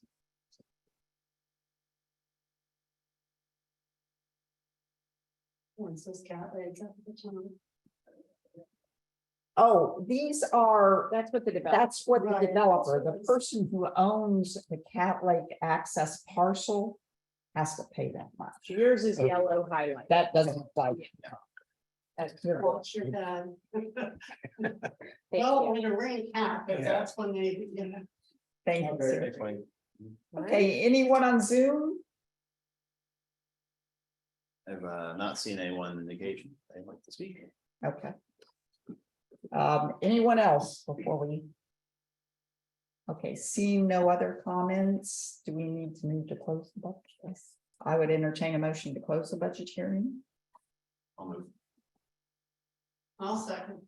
I have a motion and a second to close the budget hearing. Any discussion? All in favor? I, All opposed? Hearing none, motion passes unanimously. Thank you all very much for your input. At this point in time, we would move forward to adoption. Or adoption of the resolution 2023-11, adopting the fiscal year 2024 budget. I would entertain a motion. I'll move. Okay, move to adopt as presented. Correct. Yes. Do I hear a second? I'll second. I have a motion and a second. Any further discussion on this budget? Hearing none, call the question. All in favor? Aye. Aye. All opposed? Hearing none, motion passes unanimously. Okay, at this point in time, we're going on to a public hearing for levying of the O&M assessments. Do I have a motion to open the public hearing? I'll move. Do I have a second? I'll second. I have a motion is second to open the public hearing on levying the O&M assessments, operation and maintenance assessments. All in favor? Aye. All opposed? No. Motion passes unanimously. At this time, we're opening a public hearing on the actual levying of our operation and maintenance assessments. This is tied to the budget. It's basically that we are going to levy the assessments and collect them using the tax bill. So it will show up as a non-ad valorem assessment on your tax bill. You'll get the same discount on your assessment as you would on your taxes. So if you pay it early, you save some money from it. Anything else you want to add as far as an introduction for a public hearing? No, it just, exactly what she said. It just allows us to be able to, the county to be able to collect those funds. Is there any comment? Okay, any on Zoom? Hearing no comments on the levying of O&M assessments and during our public hearing, I would entertain a motion to close. I'll move to close. I have a motion. I'll second. I have a second to close the public hearing. All in favor? Aye. All opposed? Hearing none passes unanimously. Okay, at this point in time, we would need to adopt resolution 2023-12, levying of O&M assessments. Do I hear a motion to adopt this resolution? I so move. I have a motion. I'll second. I have a second. Any further discussion? Hearing none, I'll call a question. All in favor? Aye. Aye. All opposed? Hearing none, motion passes unanimously. Okay. Brenda, Yes, thank you very much. I know you're gonna get this over and get it done and get it over to the county, so just thank you and correct. tomorrow. All right. Thanks so much, everybody. Thank you, Brenda. Okay, the next item on our agenda is our consideration of our fiscal year 2024 meeting schedule. The meeting schedule that was proposed in the agenda has all of our meetings on the last Thursday of each month, 6 p.m. at this location, with the exception of November and December. Now, this year, it's a little different from past years where we typically put the meeting on the third Thursday. This year, we could actually have it on the last Thursday. That would put it on November 30th, the last day of November, instead of the earlier date, November 16th. And in December, it would put it on December 28th instead of December 21st. So the question would be, do we want to make any changes in this as presented in the agenda meeting schedule? Now, I would caution that the December 28th, although it is after Christmas and, enough days after Christmas to be okay, it's in the middle of the Christmas break for the kids at school. So if the families are looking to go for a vacation during that time period, they would not be able to attend. In either case, I'm not sure the juice is worth the squeeze. I mean. Okay, so you're comfortable with as last presented, Thursday of every month, with the exception of November and December, which would be on the third Thursday. as we've always done. Is there any problem with staff No, making those meetings? but I want to make a recommendation as well. Okay, Nope, I'm good with those. Third Thursday, I think works. I think you run into less time with travel and all of that. But you have on here April 25th, a workshop at 4:30. We have to approve our budget per Osceola County are proposed in May, remember? So I'm actually proposing, and if you want to have 2 workshops, that's fine, but I would like to start a workshop in March to start talking about your budget. If we want to do March and April, I'm fine with both, but I think April puts us, you work through it one time and then all of a sudden we're going into May Or we have a to hiccup.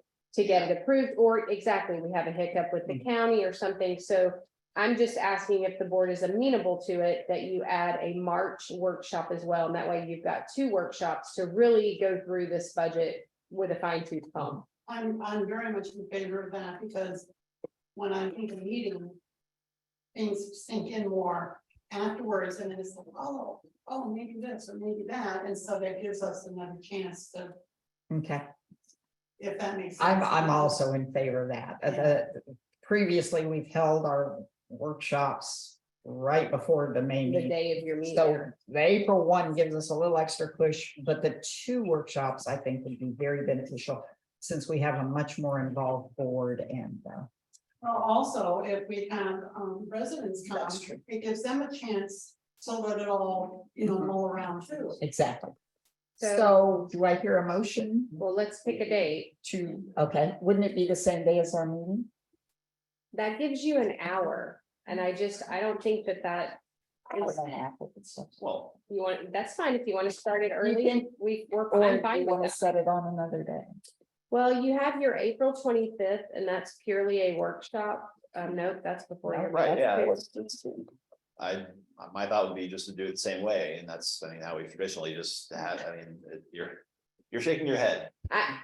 I just want you to be prepared with a good budget. We've gone through it. If you feel that an hour and a half is enough time, 2 times, I'm fine with Yeah, that. yeah, it's, it can definitely feel like, okay, well, if here's the proposal and now we're voting to adopt it later that meeting, yeah, a lot of it seems like it's a foregone conclusion, but having the second, the month ahead to start working on it, I think, Well, and we get it ahead of time, so we've had a chance to go Okay. over it. Yeah. and, you So know. we'll do March 28th. It'll be the same as your April. We'll go from the workshop at 4:30 straight into your regular meeting at 6 p.m.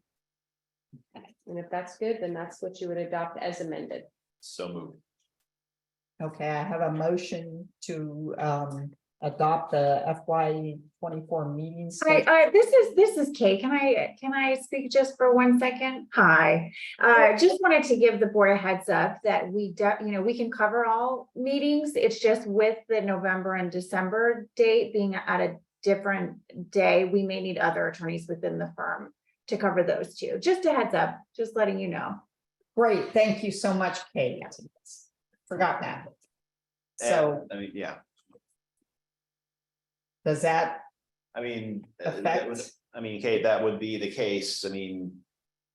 Are you suggesting that if we're doing like the last, after Thanksgiving and after Christmas, Would work better? last Thursday of each month, that would be different? I don't think I think if it works well for everybody to keep it as is, that as presented, it's completely fine. And we still may be able to attend.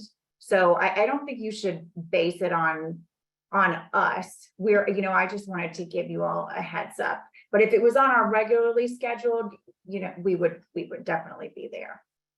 Right, I think either way. Yeah. But an attorney from our firm is going to be at all of your meetings regardless of the date. So okay, thank you so Thank much, Kate, I appreciate that.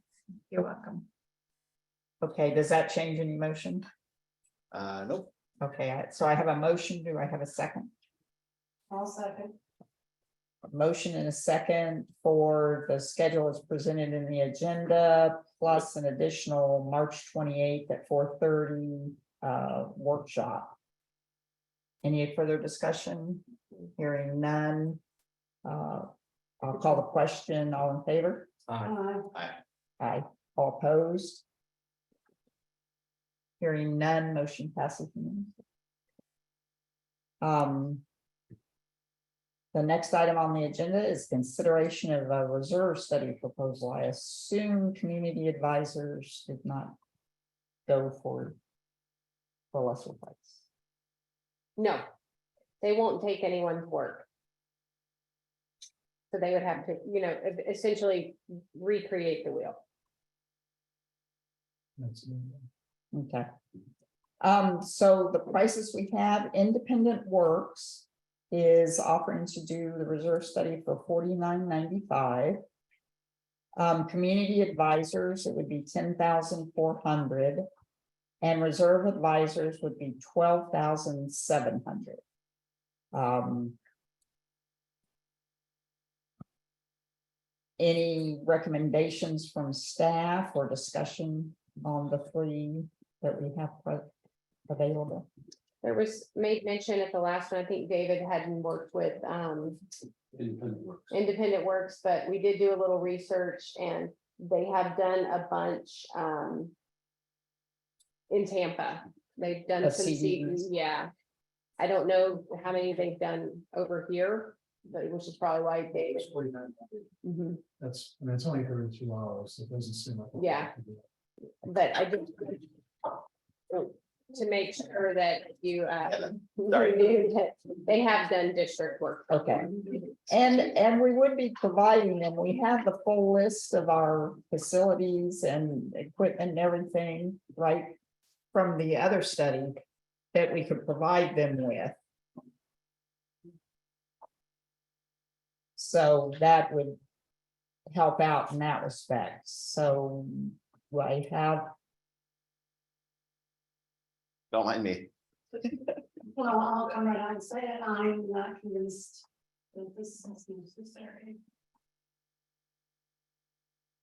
We Okay. already kind of have a list of what needs to be done. We have a list of what needs to be done. We did have the reserve study. The problem is the reserve study that we did do that recommended us putting $300,000 a year into reserves was based on these pre-inflationary prices. So the area we really need help with is for them to assign new dollar amounts to all this stuff that needs to be done.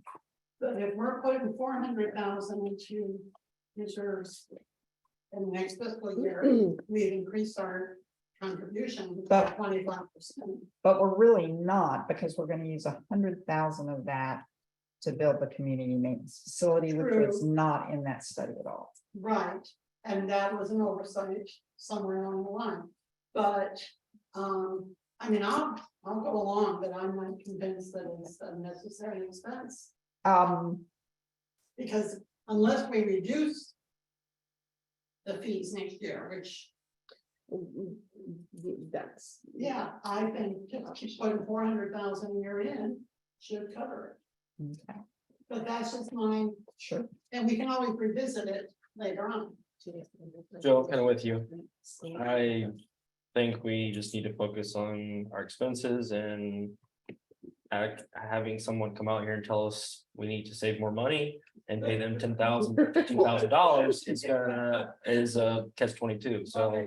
And for the additional context, yeah, again, we had this done a couple of years ago, and the extenuating circumstances were one, like some of these, they, had a provision to come back and update the numbers. And I mean, staff can clarify, they just walked away, they're no bidding, they ghosted Right. us. I mean, what, are they still in business? What's, No, if I may. Yes. They're still in business. They just decided they didn't want to sign the contractual agreement with my council. That's the Yeah, only, because that was the out. they didn't like our agreement. And then as far as the other vendors, again, it's your call. okay, But none of them will do this without, they're not gonna take someone else's. sure, measurements. no, I They'll come out understand. And do their own inspection. Sure, they'll reference the old, but they're gonna make sure that what's there is accurate because they're gonna. Right. Right. No, I Okay, understand that. my question is, what did we learn from our last reserve? Because it sounds like we didn't learn anything. We learned a lot from our last reserve study. Yeah. And if you haven't, I presume you guys haven't looked at it. Yeah, we have, And and it's huge. I mean, it will boggle your Right. mind what the CDD is right, responsible. and you can look at it, and I mean, like, there are numbers for, say, for example, the splash pad, there's, recurring maintenance for, filters, whatever else, ongoing stuff. And yes, the thinking was they would update based on, okay, well, now we, the reserve study was done 2 years ago. We know what this really ended up costing. We know that, okay, well, maybe these other things were closer to end of life. Maybe these can be deferred. That would be the thinking. So my thoughts are, again, we had this done 2 years ago. Yes, that some of the numbers were, scaled wrong. We had, a bad inflation year, labor costs, whatever else. We're not, I don't know, my thoughts to, we could. My thoughts to maybe revisit this next year. I mean, we already have this, we don't quite have an apples to apples comparison we can make because, the unexpected, the trailer's no good. We have to build a maintenance facility. We had, assessment change. So there's this other budget hit. There are many moving parts that we can point to and say, well, here's, why we weren't putting away enough. We have increased our reserve contribution 2 years in a row now. Yeah, Yeah, well, I mean, we have this, very, prolific, the output from that reserve study 2 years ago. Yes, it might not be perfect, but it still at least clears maybe some of the fog of how old our facilities are, what we could reasonably expect to be needing maintenance in the next 1 to 2 years. And as you get further out, obviously, it's going to be less precise and less accurate. What I would do and what I think we should do is to table this for now. Because neither of you have seen the results. Right. You guys need to look at it and see what Right. it's all I about. understand I haven't read it, but from this fiscal year standpoint, we're trying to save money. And we're starting over with this reserve study, is that correct? We can't use the previous years, no one's gonna pick that up, so we have to pay full price of the reserve study, and then we can continue with that. So why are we gonna pick up a big chunk of the reserve study now this year? We're trying to save money. Well, the only thing I'll say, and again, you need to look at it. What you don't want to end up with is what I think the townhomes ended up with. Which is because you're working off pre-inflationary numbers, you're not putting enough money away each year, and then 3 years down the road, you've got to do a 50% assessment increase, and you don't want to do that. But again, I think right now we should table it. You guys need to spend some time with the existing reserve. And finish paying off the paving, Right. see how much the users would be gonna actually cost, and then.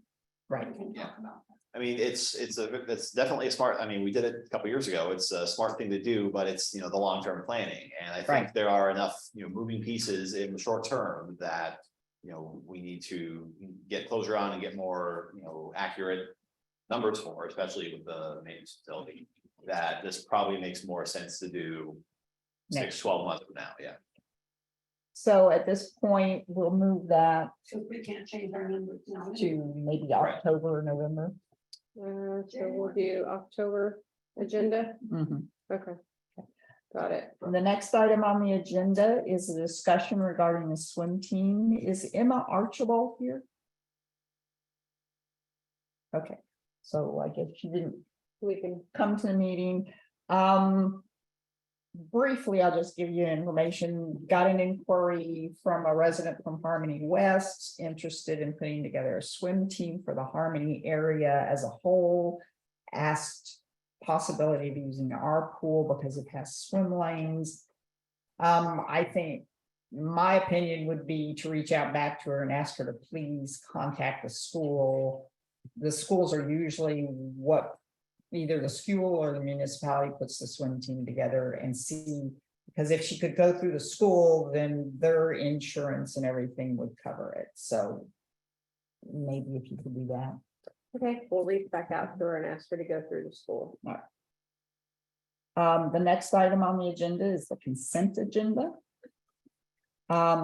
It contains the minutes, the financial statements and the, do you know what number that is on the invoice? I think it's 297. Yeah.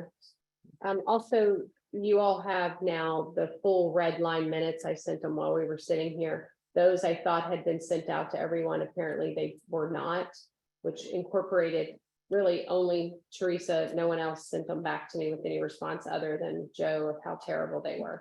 And I must say, it was a real challenge listening to the crosstalk and stuff. So, but I weeded through it. I got it, but and I am more than comfortable if you want to wait until next meeting. If you're comfortable, feel confident that I got it right, then we can adopt them tonight. But if you want to wait until the next meeting to really go over the red line version, They match the audio. but please do not adopt what was in the agenda. No, and I sent all of you the same exact stuff because, I mean, total, if you want to look at it, a total, she spent 10 hours. Your chairman spent 10 hours. Infomark spent 23 hours and then Go Script spent 24 hours. And that's what we got. And So anyway, do I have a feeling from the board whether you want to include this in the consent or pull it from the consent for next month? I don't need the minutes.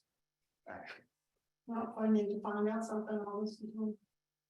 Oh, Okay, I mean, if. well, this is up If for something last needed- month's Right. minutes, If they weren't clear, I meant. so I mean, I pretty don't, clear. I mean, does anybody actually read this whole minutes?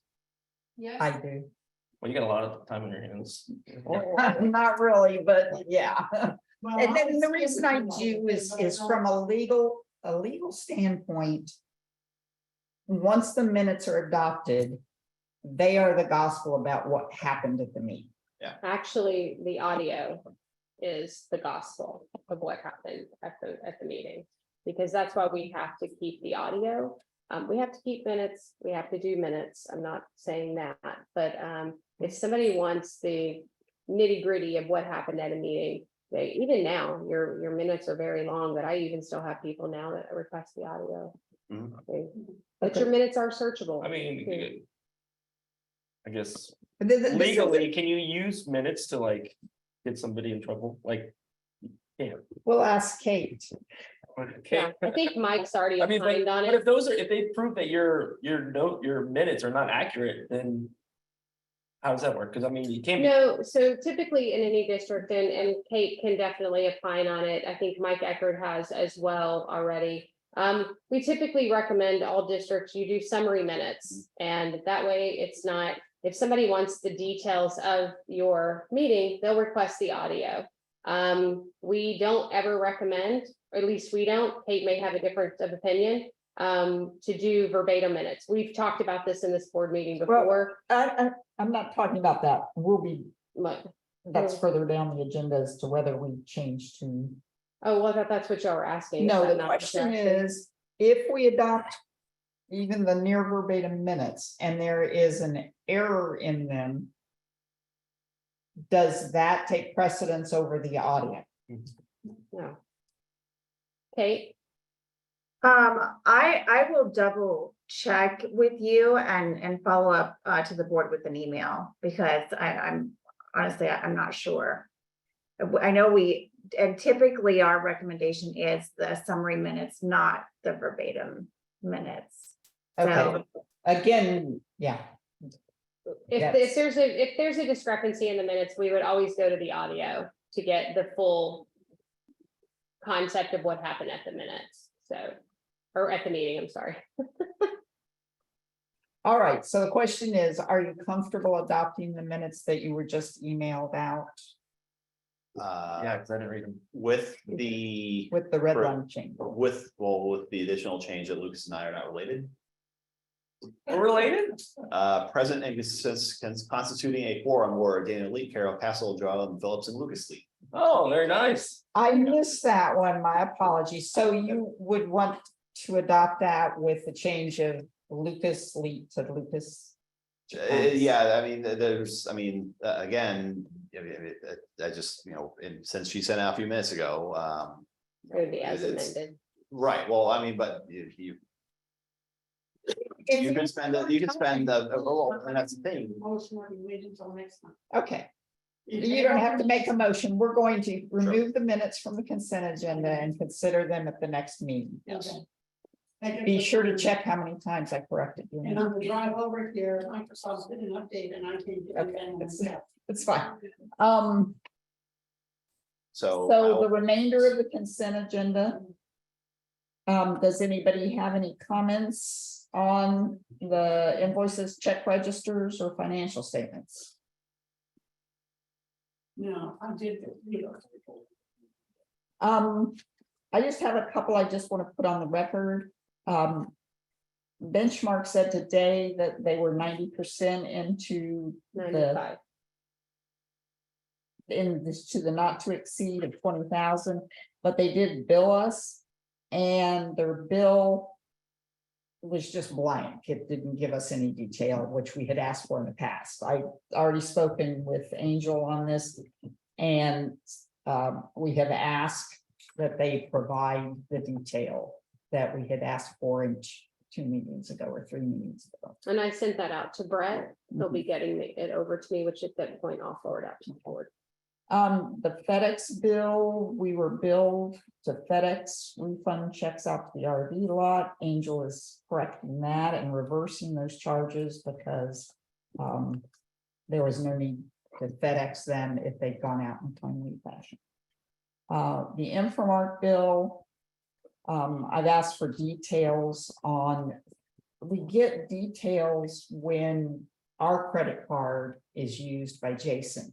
But if one of the other employees like Freddie Blanco Or me, or Lynn, or Right. anyone. actually charges, we just see a flat like 2,400 to Home Depot. I've asked Angel to provide the details of what that money was going for, so we can continue monitoring and making sure of how everything, our money is being spent. The last item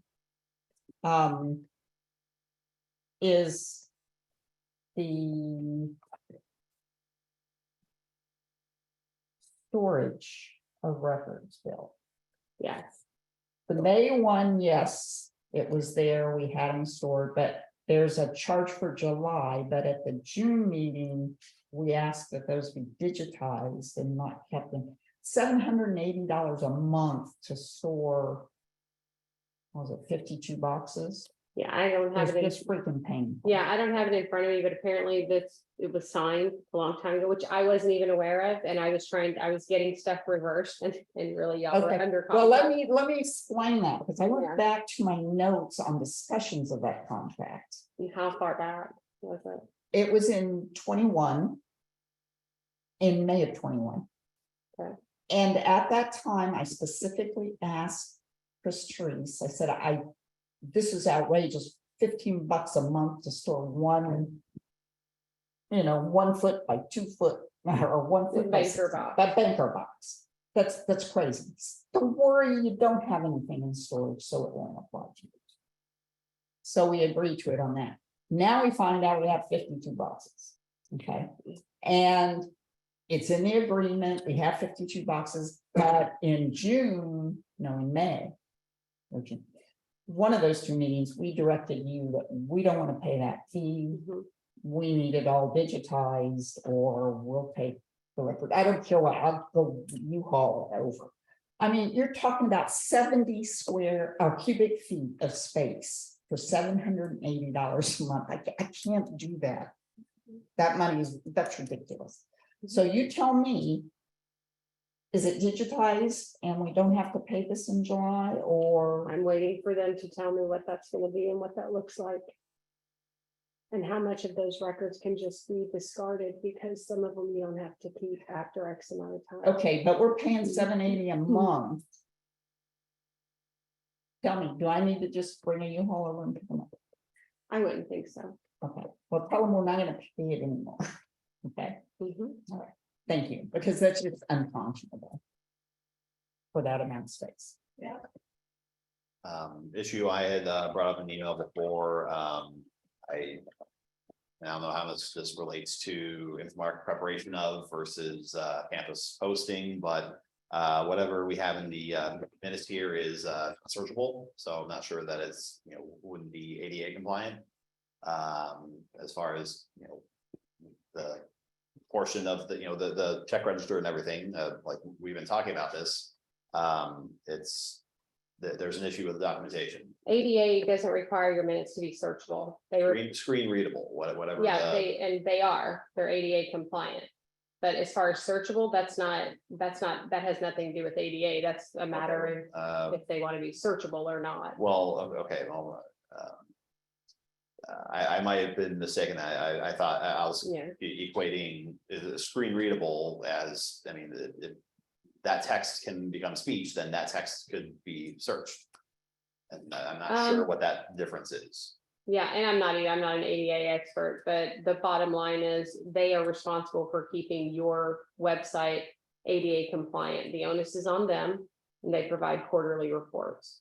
Are the invoices and things, they weren't in the agenda, are they in? They on the had now, website? I think, because she revised the agenda and swapped it out once we got the Right. financial Oh. stuff. Well, regardless, I mean, when I was posting them, I would, before it's an editing step that it's not a manual process. You just tell the PDF editor, make this all searchable, readable, and OCR it's called. And then that it doesn't make the file much bigger. Because Okay, and it wasn't being done the way it was before, and I'm concerned that that's not. Okay.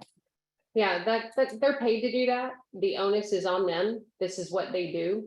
So if at any time you're not ADA compliant and let's just say something happens, the onus is on them. And they will be providing quarterly reports. Obviously, you haven't gotten your first one yet. You will be Right. getting that. So they'll provide all of that, but I'll bring that up to them and, Okay. and just let them know that that was a concern. anything else about the consent agenda? OCR, they're not searchable. Okay. I did notice that, we had a duplicate of a Will Scott bill that we've gotten before. In a previous package, I mentioned to Angel, and she's, It's a Making sure it's duplicate. I not don't being think it- double Yeah, billed. I don't think it was paid, but there is a duplicate. okay. So, all in favor of the consent agenda? I will move to accept the consent agenda with the exception of the minutes. I'll second.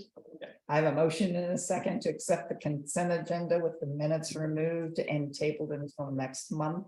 All in favor? Aye. Aye. All opposed? Hearing none, motion passes unanimously. We're now at staff reports, field manager. Mr. Jason. Castillo.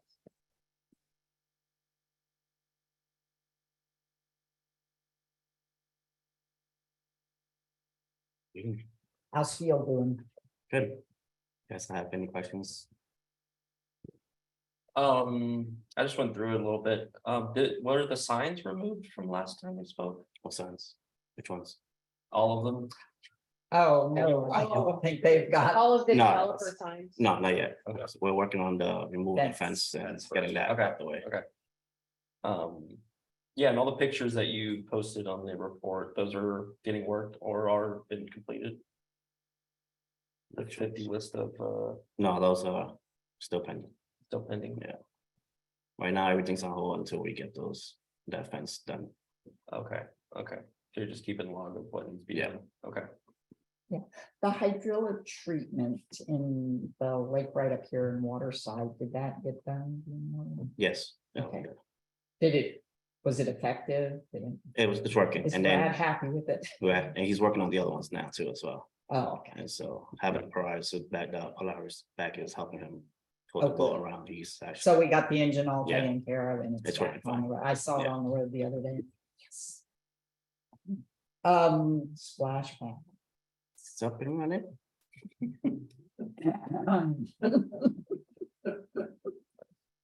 Okay, it is putting water. out. Yes. It is not going through its dancing water Oh, shit, routine no. and It had been. huh? It was, It had right, yeah. been. It was for maybe a day or so, and then it went back down. And then they had to come back and do more work on it. I mean, we could put it, but the real low ones, you won't be able to see it.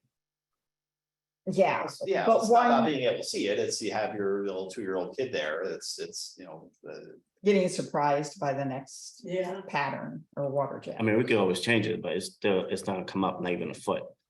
Okay, up. why though? But I According mean, to Mo, it's because of the pump.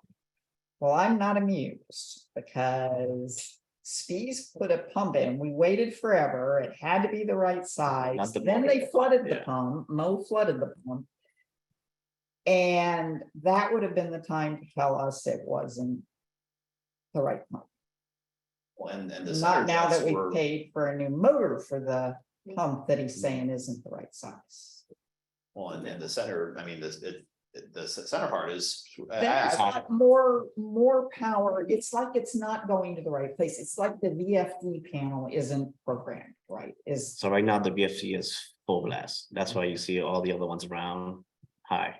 And what Well, we did then- prior to that, we took the drain covers out, Uh-huh. resealed them. put new screws in it and it actually shut up more. Okay, if they. We haven't done that on the little ones yet. Program the center one down more, won't we get, He shut the center off completely and the other one stayed the same. and he just says pump motor. Yes, so he keeps saying it's the pump, not the motor, but the pump. That pushes the water through the pipes. How many manifolds are there in the thing? I mean, if the pump can put through some amount of, water flow and you shut off part of it. If, It should get bigger in the other parts. And it doesn't. right. And well, he just the- keeps saying it's a pump. I mean, I'm not no Won't be- mechanical inspector, but the- every other vendor we called up, it keeps telling me they don't work on splash pads. That will come down here, yeah. And he comes from the West Coast. There's not many of them out. Again, and maybe Lynn can help you with this. Please do me a favor. St. Cloud seems to be able to keep their splash pad going. Kissimmee keeps their splash pad going. Please contact those two and ask them who keeps their splash pads going. Okay. There's no reason we have to recreate the wheel. We need to go to the other municipalities or counties that do it and doing it right and find out how they're doing it right. Please. So, any other questions? Now, Angel, isn't, Mhm. you tell us earlier, isn't Celebration in the process of building one or they're fixing one or what's? They are, they use Churchill. And they, Well, What they use about- them, are they happy with, or are they still building it or have they had? yes, but I will tell you, same issues, okay? It flooded the whole vault at one point, it blew up, it did this, so they've experienced the same issues and they use a totally different vendor than what you guys use. We do have other splash pads in different communities, all the same issues. You can clean out those little nozzles, you do this, you do that. You need to go to Bellagio, go ask them how to do it. Yeah, there you go. So I can send you Churchill's information if you want to try Churchill and see if they can maybe give you a different evaluation. I can also send Russ from Celebration. He's been out there 28 years. He knows that thing like the back of his hand. I can send him out here to see if he can maybe look at it and go, oh, nope, that's your problem. Yeah, I can do that Yeah. too. Moses blowing smoke here. We can do that too, to have Russ just kind of look at it and see what he thinks too. I mean, Okay, that would be a great start. okay. All of the above, I'd say. Yeah. Look for any I am other- happy it's on. Yeah. The residents are happy it's on, but I think we paid a lot of money to get the VFD Yeah. programmed to make it dance and it's not, it's in the night. That's right. Anything else for Jason? Do you have with the deadline we had on the fence was September for code enforcement, right? We're still on track with, Oh, yeah. okay. We think we'll have the signs before the next meeting as well with the fence job wrapping up or? how's Yeah, that? yeah. Where are So you pretty doing? easy to know. What are you doing with all the fencing? Are you guys just tossing it and dumping it or? I'm gonna dump it. I'm gonna order a rolling dumpster soon. Okay. Well, I've Somebody seen, wanted it, I thought. Yeah, but try to give it away, nobody wants it. well, and there are some spots like maybe on like the western side, the fence is not being torn down, maybe. That's where we at right now.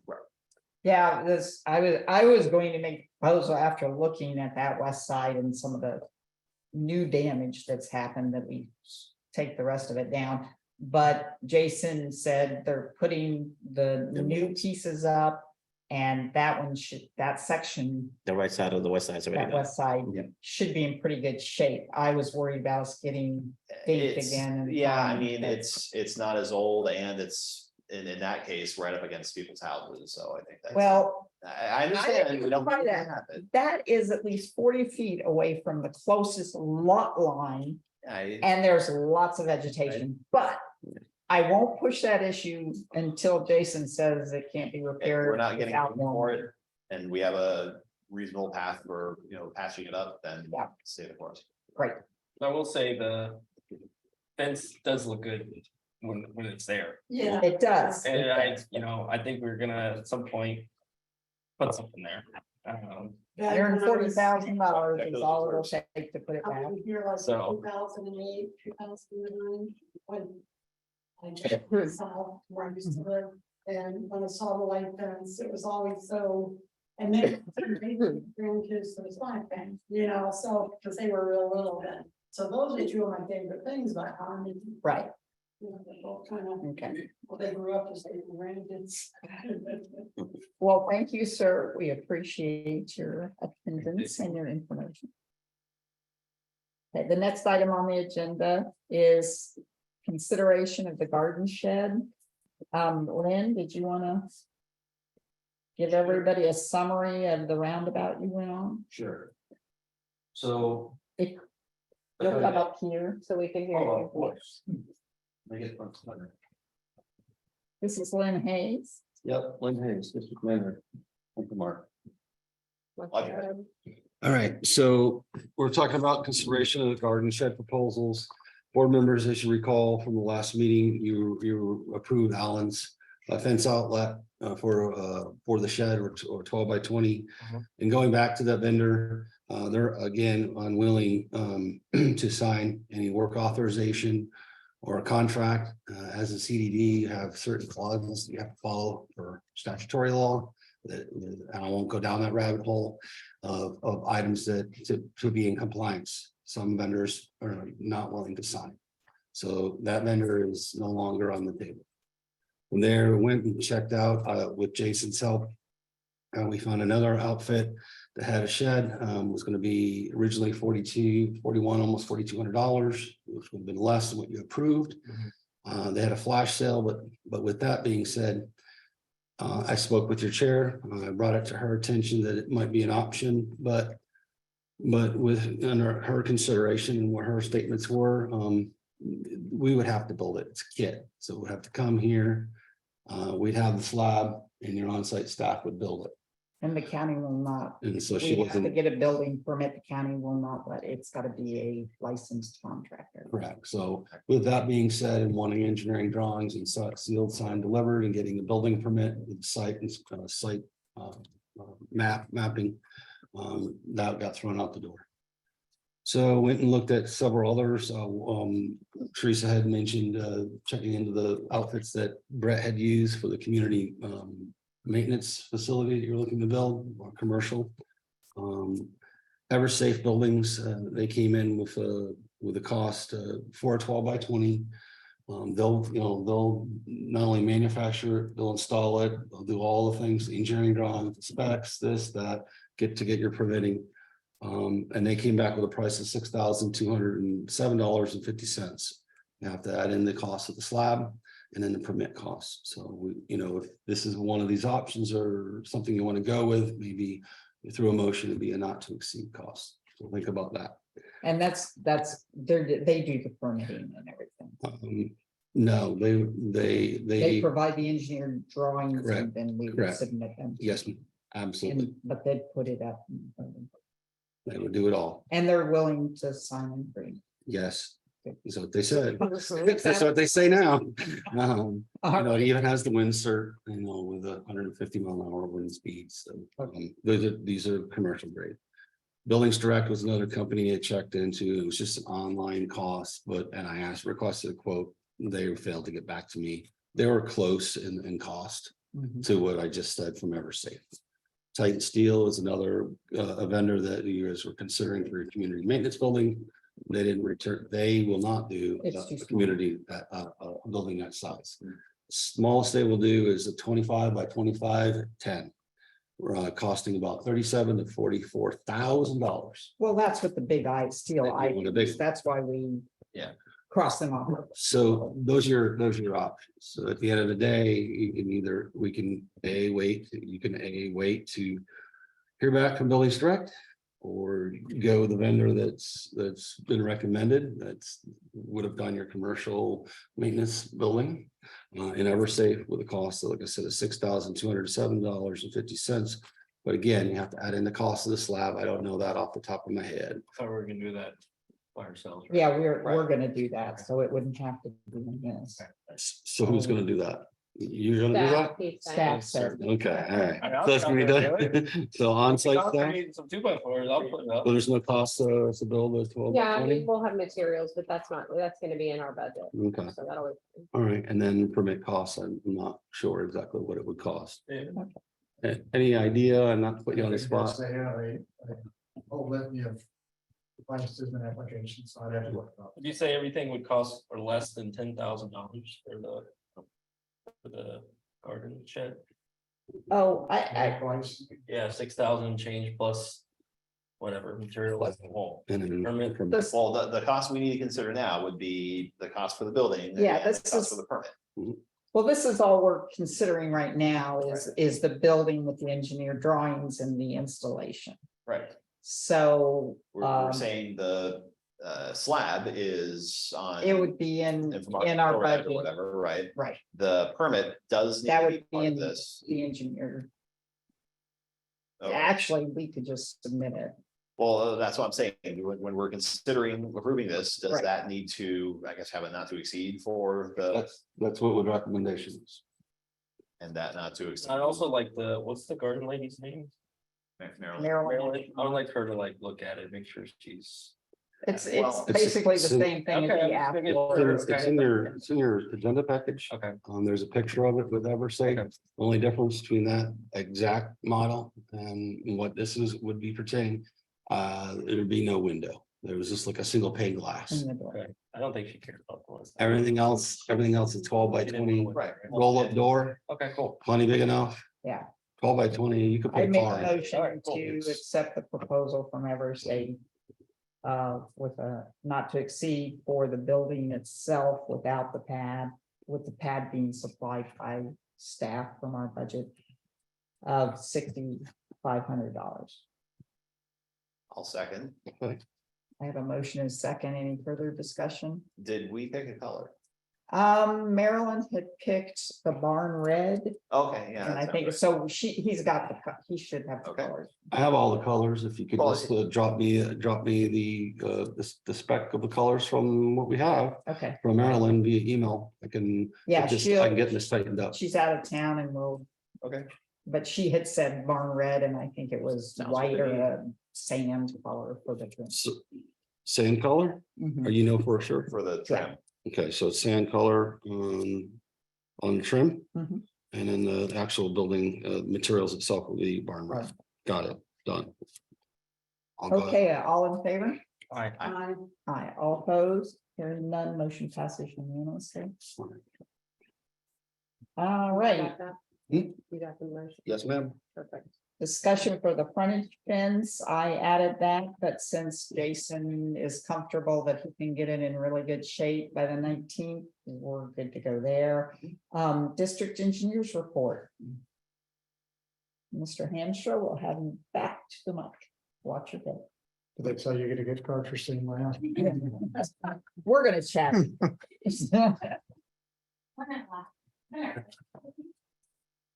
All right, I got three things for tonight. One is a quick update on Five Oaks localized flooding that occurred, I guess, last weekend. We'll talk about the C1, C2 retainage, and then Lucas and I volunteered to go to Vegas to check out the fountain next year. Absolutely. Put it on the budget. So Teresa shared with me last weekend, I guess there was a nice little storm you guys got and you had some localized flooding in Five Oaks by the future maintenance facility. Off maintenance road, yeah. Yep. So we looked into it. Turns out they're nothing but 15-inch pipes, which are not really the biggest pipes in the world, but that's what's out there based on the plans. We haven't had it surveyed.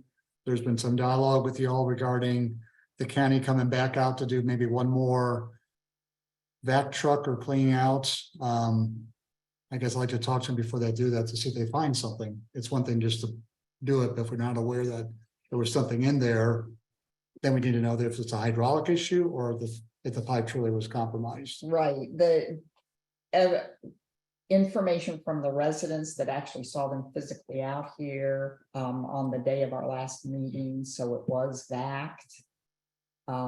thoroughly backed is my understanding, so maybe if you call Corey.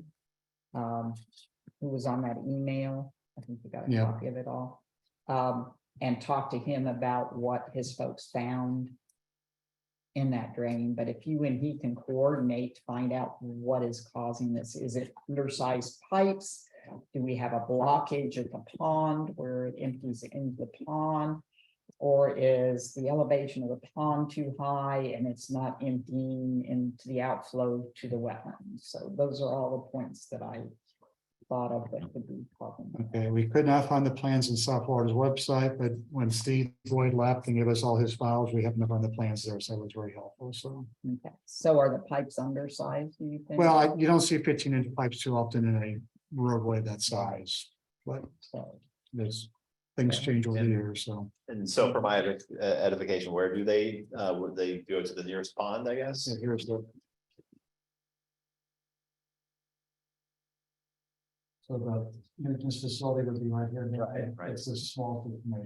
Right. and it goes to the pond on the golf Immediately right course? there. Okay, Well, it's 4 inlets and that's it. wow. So if we do end up needing to change out the pipes, at least we don't have a huge distance. to go to No, the if pond. maybe if the pipes are too small, but the one between the right of way and the pond, we can maybe upsize that to offset for the other ones, so. Okay. After, I dealt with them, I believe, for the estates when they did that work last year, so very helpful, so. Okay, great.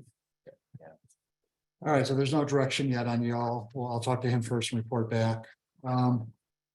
Second thing is Teresa and I did a final inspection, I think last Sunday or 2 Sundays ago.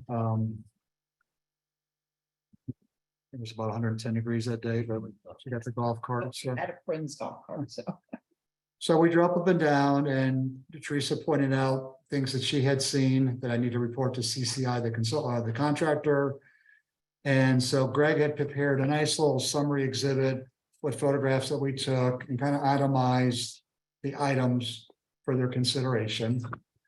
They reported back and they did all the cleaning of these asphalt that spilled onto driveways or the inlets. They chipped all that off. They did fix the edges of 2 inlets that were kind of busted up. One was existing, but they did it. They put some grout and leveled it off. The other one, they shade off the asphalt lip so the water can get to it. So they did everything we asked them to do except for the 2 ponding areas. And their point is we did resurfacing, not reprofiling, which is a correct terminology we use for roadway work. But they did go out there fairly quickly after Greg developed the map, which I, for the sake of trying to get together, appreciate their willingness to do. Yeah. You know, they didn't blow us off, so they went out there and did some of the work. I also had a conversation today with the consulting firm who did the construction inspection. Voiced my concern. I was a little disappointed in the lack of detail of the inspection reports, which made my job a little more challenging to dispute things that were brought up by Joe and Teresa and Carol during construction. But after driving it again, I obviously think it's still a great leap forward to what was out there. But these are also lessons learned when we do the future ones. If you want to go thicker, I've been told that the cracking of the sole cement, if you go 1.5 inches, the cracking doesn't become as prevalent so quickly, but then there's a cost to it. So there's that trade-off. All that said, we got the final invoice quite a while ago. We've been sitting on it since July 10th. So we kind Well, of, they still had the punch list to go through, right? So they invoiced us before. well, you they thought they were provided- done, but they agreed to let you and I go out there and do it again, so. So with the credit, because they didn't put all the total pipe length in some places, at the end of the day, there's a balance, a retainer of 31,727. I did tell the contractor today, I would hopefully seek approval of the board to pay that, and we could basically close this out.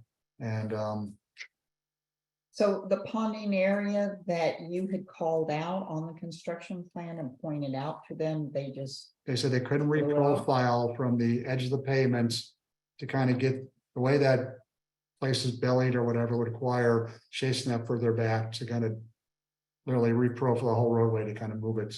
yeah, I know they can't fix it now, but yeah, they knew about it during the original plans you sent them. It was specifically called out as an area to be addressed. And think they did what they could, they feel, When I went out there with you and it was dry, you know, but I've also been out there when it's been a little bit wet, so, But anyway, I mean. I have expressed my concerns. You know, at this point, I think we need to close it out. I don't know that I want to say I'm happy with it, especially with the huge number of cracks through it. I'm really concerned about that. But unless we want to actually sample down and see if they did what they were supposed to do, we'll just have to wait. We have what, a year or 2 years? 1 year warranty. Yeah, On the warranty. bond, yeah. So we have that bond, The year. And I also talked to the inspectors who do roadway jobs, and they said the same thing on soil cement, which cracks, it's concrete that cracks. You'll see these cracks on the pavement. They also said it's not structural, it's aesthetic. But we just laid it down. Of course, there's the illusion that maybe it was too thin, not a good mix. Middlesex does almost everybody's asphalt work, and so, including the counties. We'll monitor it, and if we do another alleyway and the board decides to go thicker with the asphalt, or if we got soil cement, you want to remove the soil cement, then you're talking maybe $1 million or $1 million plus to do a roadway reconstruction versus a milling resurfacing, so. As a place like putting a lipstick on a pig is what you're trying to get out here and make it drive smoother, look better, but it's not a permanent fix, but. So maybe I missed, what was your takeaway from speaking with the consultant that was doing the monitoring? I mean. He said he walked behind the milling machine. I mean, I take him for his word. I know. He walked as they did each day, walked behind it and thought they saw on average an inch of the asphalt being removed and laid down. Now, it did vary in some areas, maybe as it gets closer to the driveway, but the width of that was his opinion, so. And as he's far not the as- contractor, he's somebody, you know, we, the board hired independently, so. Right. And it's CDM, they're a national firm, I didn't hire some guy working out of his garage. Right. but we have no photos or anything as far as the condition of the soil cement or the actual depth they mill to or the milling machine. No, I mean, the contractor didn't take him, he was doing his work, he just said we gotta walk behind the machine, so that's why I told the company today, lessons learned, if we do this again, you all gotta do, if you're out there for 8 hours, I need more than Right, one sentence and 2 pictures. you know, so. exactly. I mean, we're paying money a month to truly monitor and provide us with proof of what was done. So we've And learned. by the way, they didn't go through the 25,000, I think they came in 7,000 below or Right, something, 'cause so it went way ahead of schedule. it was an early not to see, since they started late. Yeah, there wasn't a full payment, so. Right. So with that, I request the board's consideration to pay the retainer 31,727, close it out, and then whether we do this a year from now or whenever the budget allows. We have enough paper trail emails on things to tell the next contractor. And the inspectors to be mindful of that, maybe it goes a little bit more smoothly and pleasurable, so. Make a motion to pay the retainer to CCI for $31,727. I'll second. Okay, I have a motion and a second. Any further discussion? Hearing none, I'll call the question. All in favor? Aye. All opposed? No. 3-1. And lastly, I've been holding off on my inspection of the ponds, not because we've had a scare last week with 7 storms in the ocean. I'm just trying to, with the money I get left over, get through some more important things, and I'll get out there before the fiscal year's over, but. And Jason, Don't I'll give it, forget, we got hurt. yeah, well, I was nervous, it was last week. Yeah. A bunch of them brewing, but now the high pressure keeps pushing them away, thank God. So How are you running with your balance? But that's, I think we're good. I mean, yeah. I'll know after this closes out and Greg doing the cleanup work on the application for the lake, for the maintenance facility.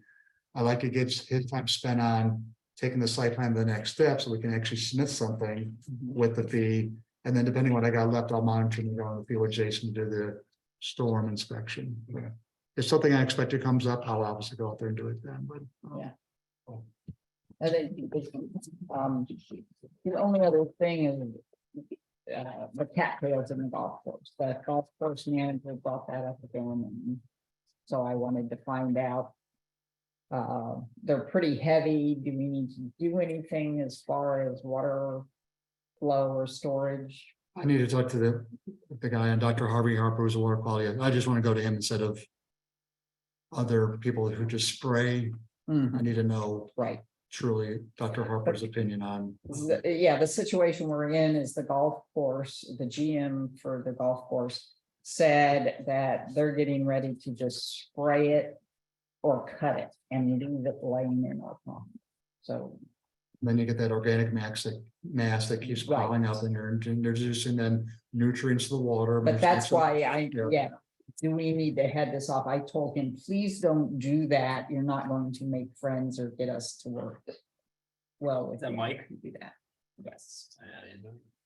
So just understand that that's looming. I'll have over Greg us. call Harvey tomorrow, so. And then we're gonna have to clean up the mess if it happens. Okay. Anything else, David? The pool thing, the pool contractor that blocked the ditch.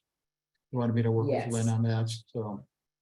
Which is the Yeah. same thing we dealt with 2 or 3 times already, a couple of years ago. Yes, somebody just needed, whether it's you or Jason, whoever, well, it was probably Vincent or Gerhard, maybe, who spoke with Regatta Pools, and they It was assured Gerhard, us that they would correct that and make it right, and now it's not right. And so somebody needs to reach out to them and say, hey, yeah, this needs to be fixed. This is behind Dark Sky where they put in a pool. And we have Up memos the and road. emails, Ago that's- now, we yeah. have all that documented, so. Mhm. Okay. That's it. That's it. Yep. All right, cool. Any other questions from any of the board members? Yeah, I mean, my memory might be failing me, but yeah, I thought there was maybe gonna be some field service action taken for grading that out. I'm not sure if I'm maybe thinking of something. They were supposed to. Right. Oh, that's a different pool. The one closer Yeah, to they had nothing. you, Oh, okay, sorry. this is one way Dark up sky, the but line. Yeah. there's Yeah, one- it's about Yeah. 5 okay, houses in from the community Yep, school. Yep, yep. Down that back. Mhm. Okay, so it's a different one. It's Regatta. My Pools. mistake. Okay, Thank you. Yep. Thanks, thank you Linda. so much, David. All right, Kate, it's district council's time. Do you have anything for us? Well, I do have one thing. I was able to reach out to the venerable Mike Eckert about the minutes and what controls. So once the written minutes are adopted, they do control over audio. So I just wanted to, I think that in case that would help aid in the discussion that Angel's going to facilitate in a moment. And you can amend those written minutes by motion if needed. So, but other than that, I have no report, but I'll be happy to answer any questions that I can or bring back questions for Mike. Wonderful, Kate. Thank you. I think there will be more on next meeting's agenda on some of the legal issues with ponds being dedicated to us and various sundries. So thank you so much, Kate. I appreciate it. Yeah, you're welcome. All right. Miss District Manager. I don't have anything other than you guys really need to figure out what you want to do with your minutes. Okay. Yeah. That's it. That's all I got. Yes. I think we don't want to go back to the people. Of course, the last meeting was a more difficult meeting to do. To be honest with you, Teresa, I've used 3 different services since I started here, because when I first started, Mono was doing them and she was doing about 16 hours. And she was doing a great job, and she Yeah. did it right out of the chute. She didn't have another company going over Nope, it. she did it She had it. and then it was reevaluated. It's just taking a lot of staff time. You guys are actually the only district that does verbatim minutes, which is not a good or bad thing, but it is, I mean, literally, if you think about it, between staff, your chair, and the company, I mean, you're looking at a full-time, that was a 40-hour job to get these minutes done, which is ridiculous. So if you want to continue down the path of doing verbatim minutes, I don't really know another option other than if you have a court reporter here.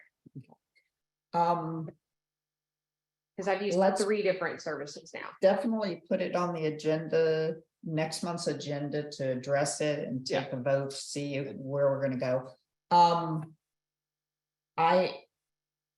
We just preliminary, and again, last month's meeting was not a good meeting because there was so much audience participation and stuff. It wasn't a good meeting to try this on, but we did run it through Amazon Transcribe. They charge it, that cost is about $10 for a meeting, a 4-hour meeting. It came out not horrible. So it would take a lot less time, and if we do a global find and replace on a lot of these chronic things, but it does give you the opportunity to set it up for 10 different speakers. It'll pull the speakers out. You can then just plug in the names. And if we have a lot more than 10 speakers, we can separate the meeting into sections. And this 10 speakers for this one. So I will attempt to do that with my tech support early on after this meeting, and then let you know in case you need to pull something together to get next this meeting. So just a question, and I think Kate touched on it earlier. I mean, is this board dead set on keeping verbatim minutes? No, that's I mean, sorry. Crosstalk. There's the problem. No, I mean, we've had summary minutes in the past. I would be, obviously, Carol not being here tonight, who's, long been one of the, proponent of that. I had looked at another tools called a Descript, but it sounds like maybe similar to the Amazon type thing that I want to spend maybe a little more time seeing if there is something between the tools that are out there versus just the transcribing services that we've looked at. Teresa might be onto something, and I started to look at this. The free trial was only for like 1 hour, and I've not had a good month. I've not had the time even just to take a 1 hour slice of the meeting and see what kind of job it would do. If it's So I did a thing, like we record all of our Teams meetings. right. And Teams, you can set a thing in there and it'll basically transcribe as you're talking. But again, it doesn't even get the speakers right. It Right, just and- simply says Right. And exactly like Zoom's- what you're doing. Yeah, Zoom's doing it right now. Mhm. It does a decent enough job, but again, we're just one speaker in that meeting, so it does. That's right. But this tool, and it sounds like the other tool, has the ability to, even from one microphone source, pick out, okay, this voice sounds different, so this is speaker A, this is speaker B, and then it doesn't take a 20-hour task. It's more, this was Carol, this was, and maybe it's not perfect, but it's not taking people dozens of hours to do either. Yeah. That's where I'd like to land. Your meetings are, I mean, like, I've never seen it before. They're like 100 and something pages plus. It's a lot. So. Yeah, and I think we can get there. Yeah. We'll see how it is. I do like the verbatim minutes, or the near verbatim minutes, because that's how I got ready to jump into this job. And I was able to garner so much history and background on so many different things happening in Harmony from that itself. And still today, if I need to go back and look, there's no way I'd find it in the audio tapes when I can find it in those minutes quickly. So we'll deal with this next meeting. So you want that on the next agenda? Yes, please. Sure. Supervisors' requests. I have a couple, yeah, at least one, firefighter reached out to me like a couple weeks ago. I forgot to mention it, but there's no rescue squad on the Osceola County fire team in 54 across from the high school.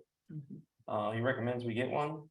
I guess it has to come from one of the elected officials from Osceola County. I forget his name, but like one of the commissioner. Yeah. the commission for this area. Commissioner for the area. Mhm. I'm not sure who that is. So Could you say that again?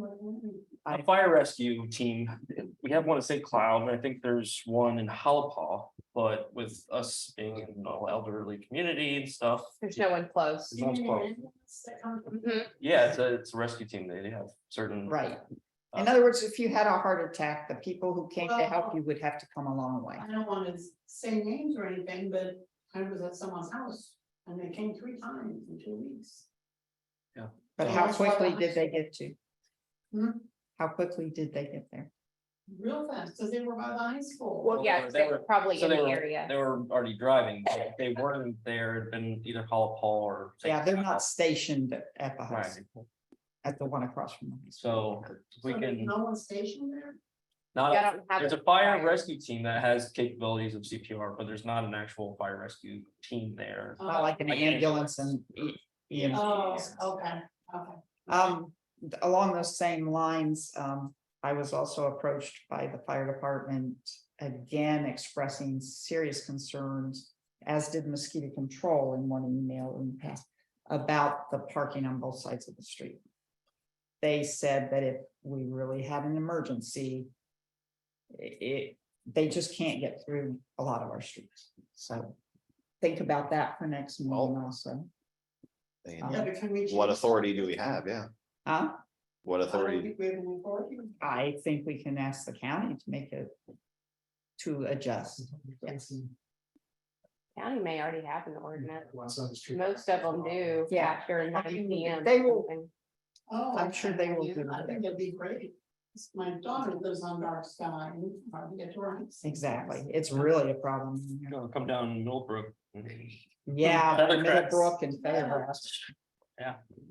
Harmony West, I guess they're doing that from the start, and I don't, Yeah. because you're brought this, but, I mean, getting Well- toothpaste back in the tube, And I know one couple, and they've got a 2-car garage and one of them parks in the street. And But one in the it's, place. yeah, it can, Well, be- it's, yeah. Yeah, for the So, most part, it could be handled, but we have to Right. talk about it next meeting. talk about it next month, is there any action for us to do for the fire rescue thing, or I mean, is that a county commission? I mean, what's our? Well, action? again, we need to bring it back next month, and take a vote on it to approach the county commissioner and request that. I mean, I don't really think we need to vote on it, but we can. I think it's a Yeah. simple reach out. The vote would be to take action as a board As a officially, board. but any of us. as Make an residents- official, yeah, I mean, any of Well, us can call, residents, right. any resident can call. Okay. the county Actually, the more commissioner. residents that call, the better Yes. response you're gonna get, Sure. Okay. for So, sure. You can put that on Registered Facebook Oh, sure. as an individual. I'm good at that. Be Ricky Booth, right? Individual. but- Yeah. Is that correct? it Yeah. is. All right. All right, any other supervisor requests? For next meeting? Okay, hearing none, I would entertain a motion for adjournment. You got it. I'll We've second. got a motion and a second to adjourn, all in favor? Aye. Aye, all opposed? We're out. Thank you, Kate. All right. Thank you, everyone. Thank you. Good night, everybody. It's too, it's-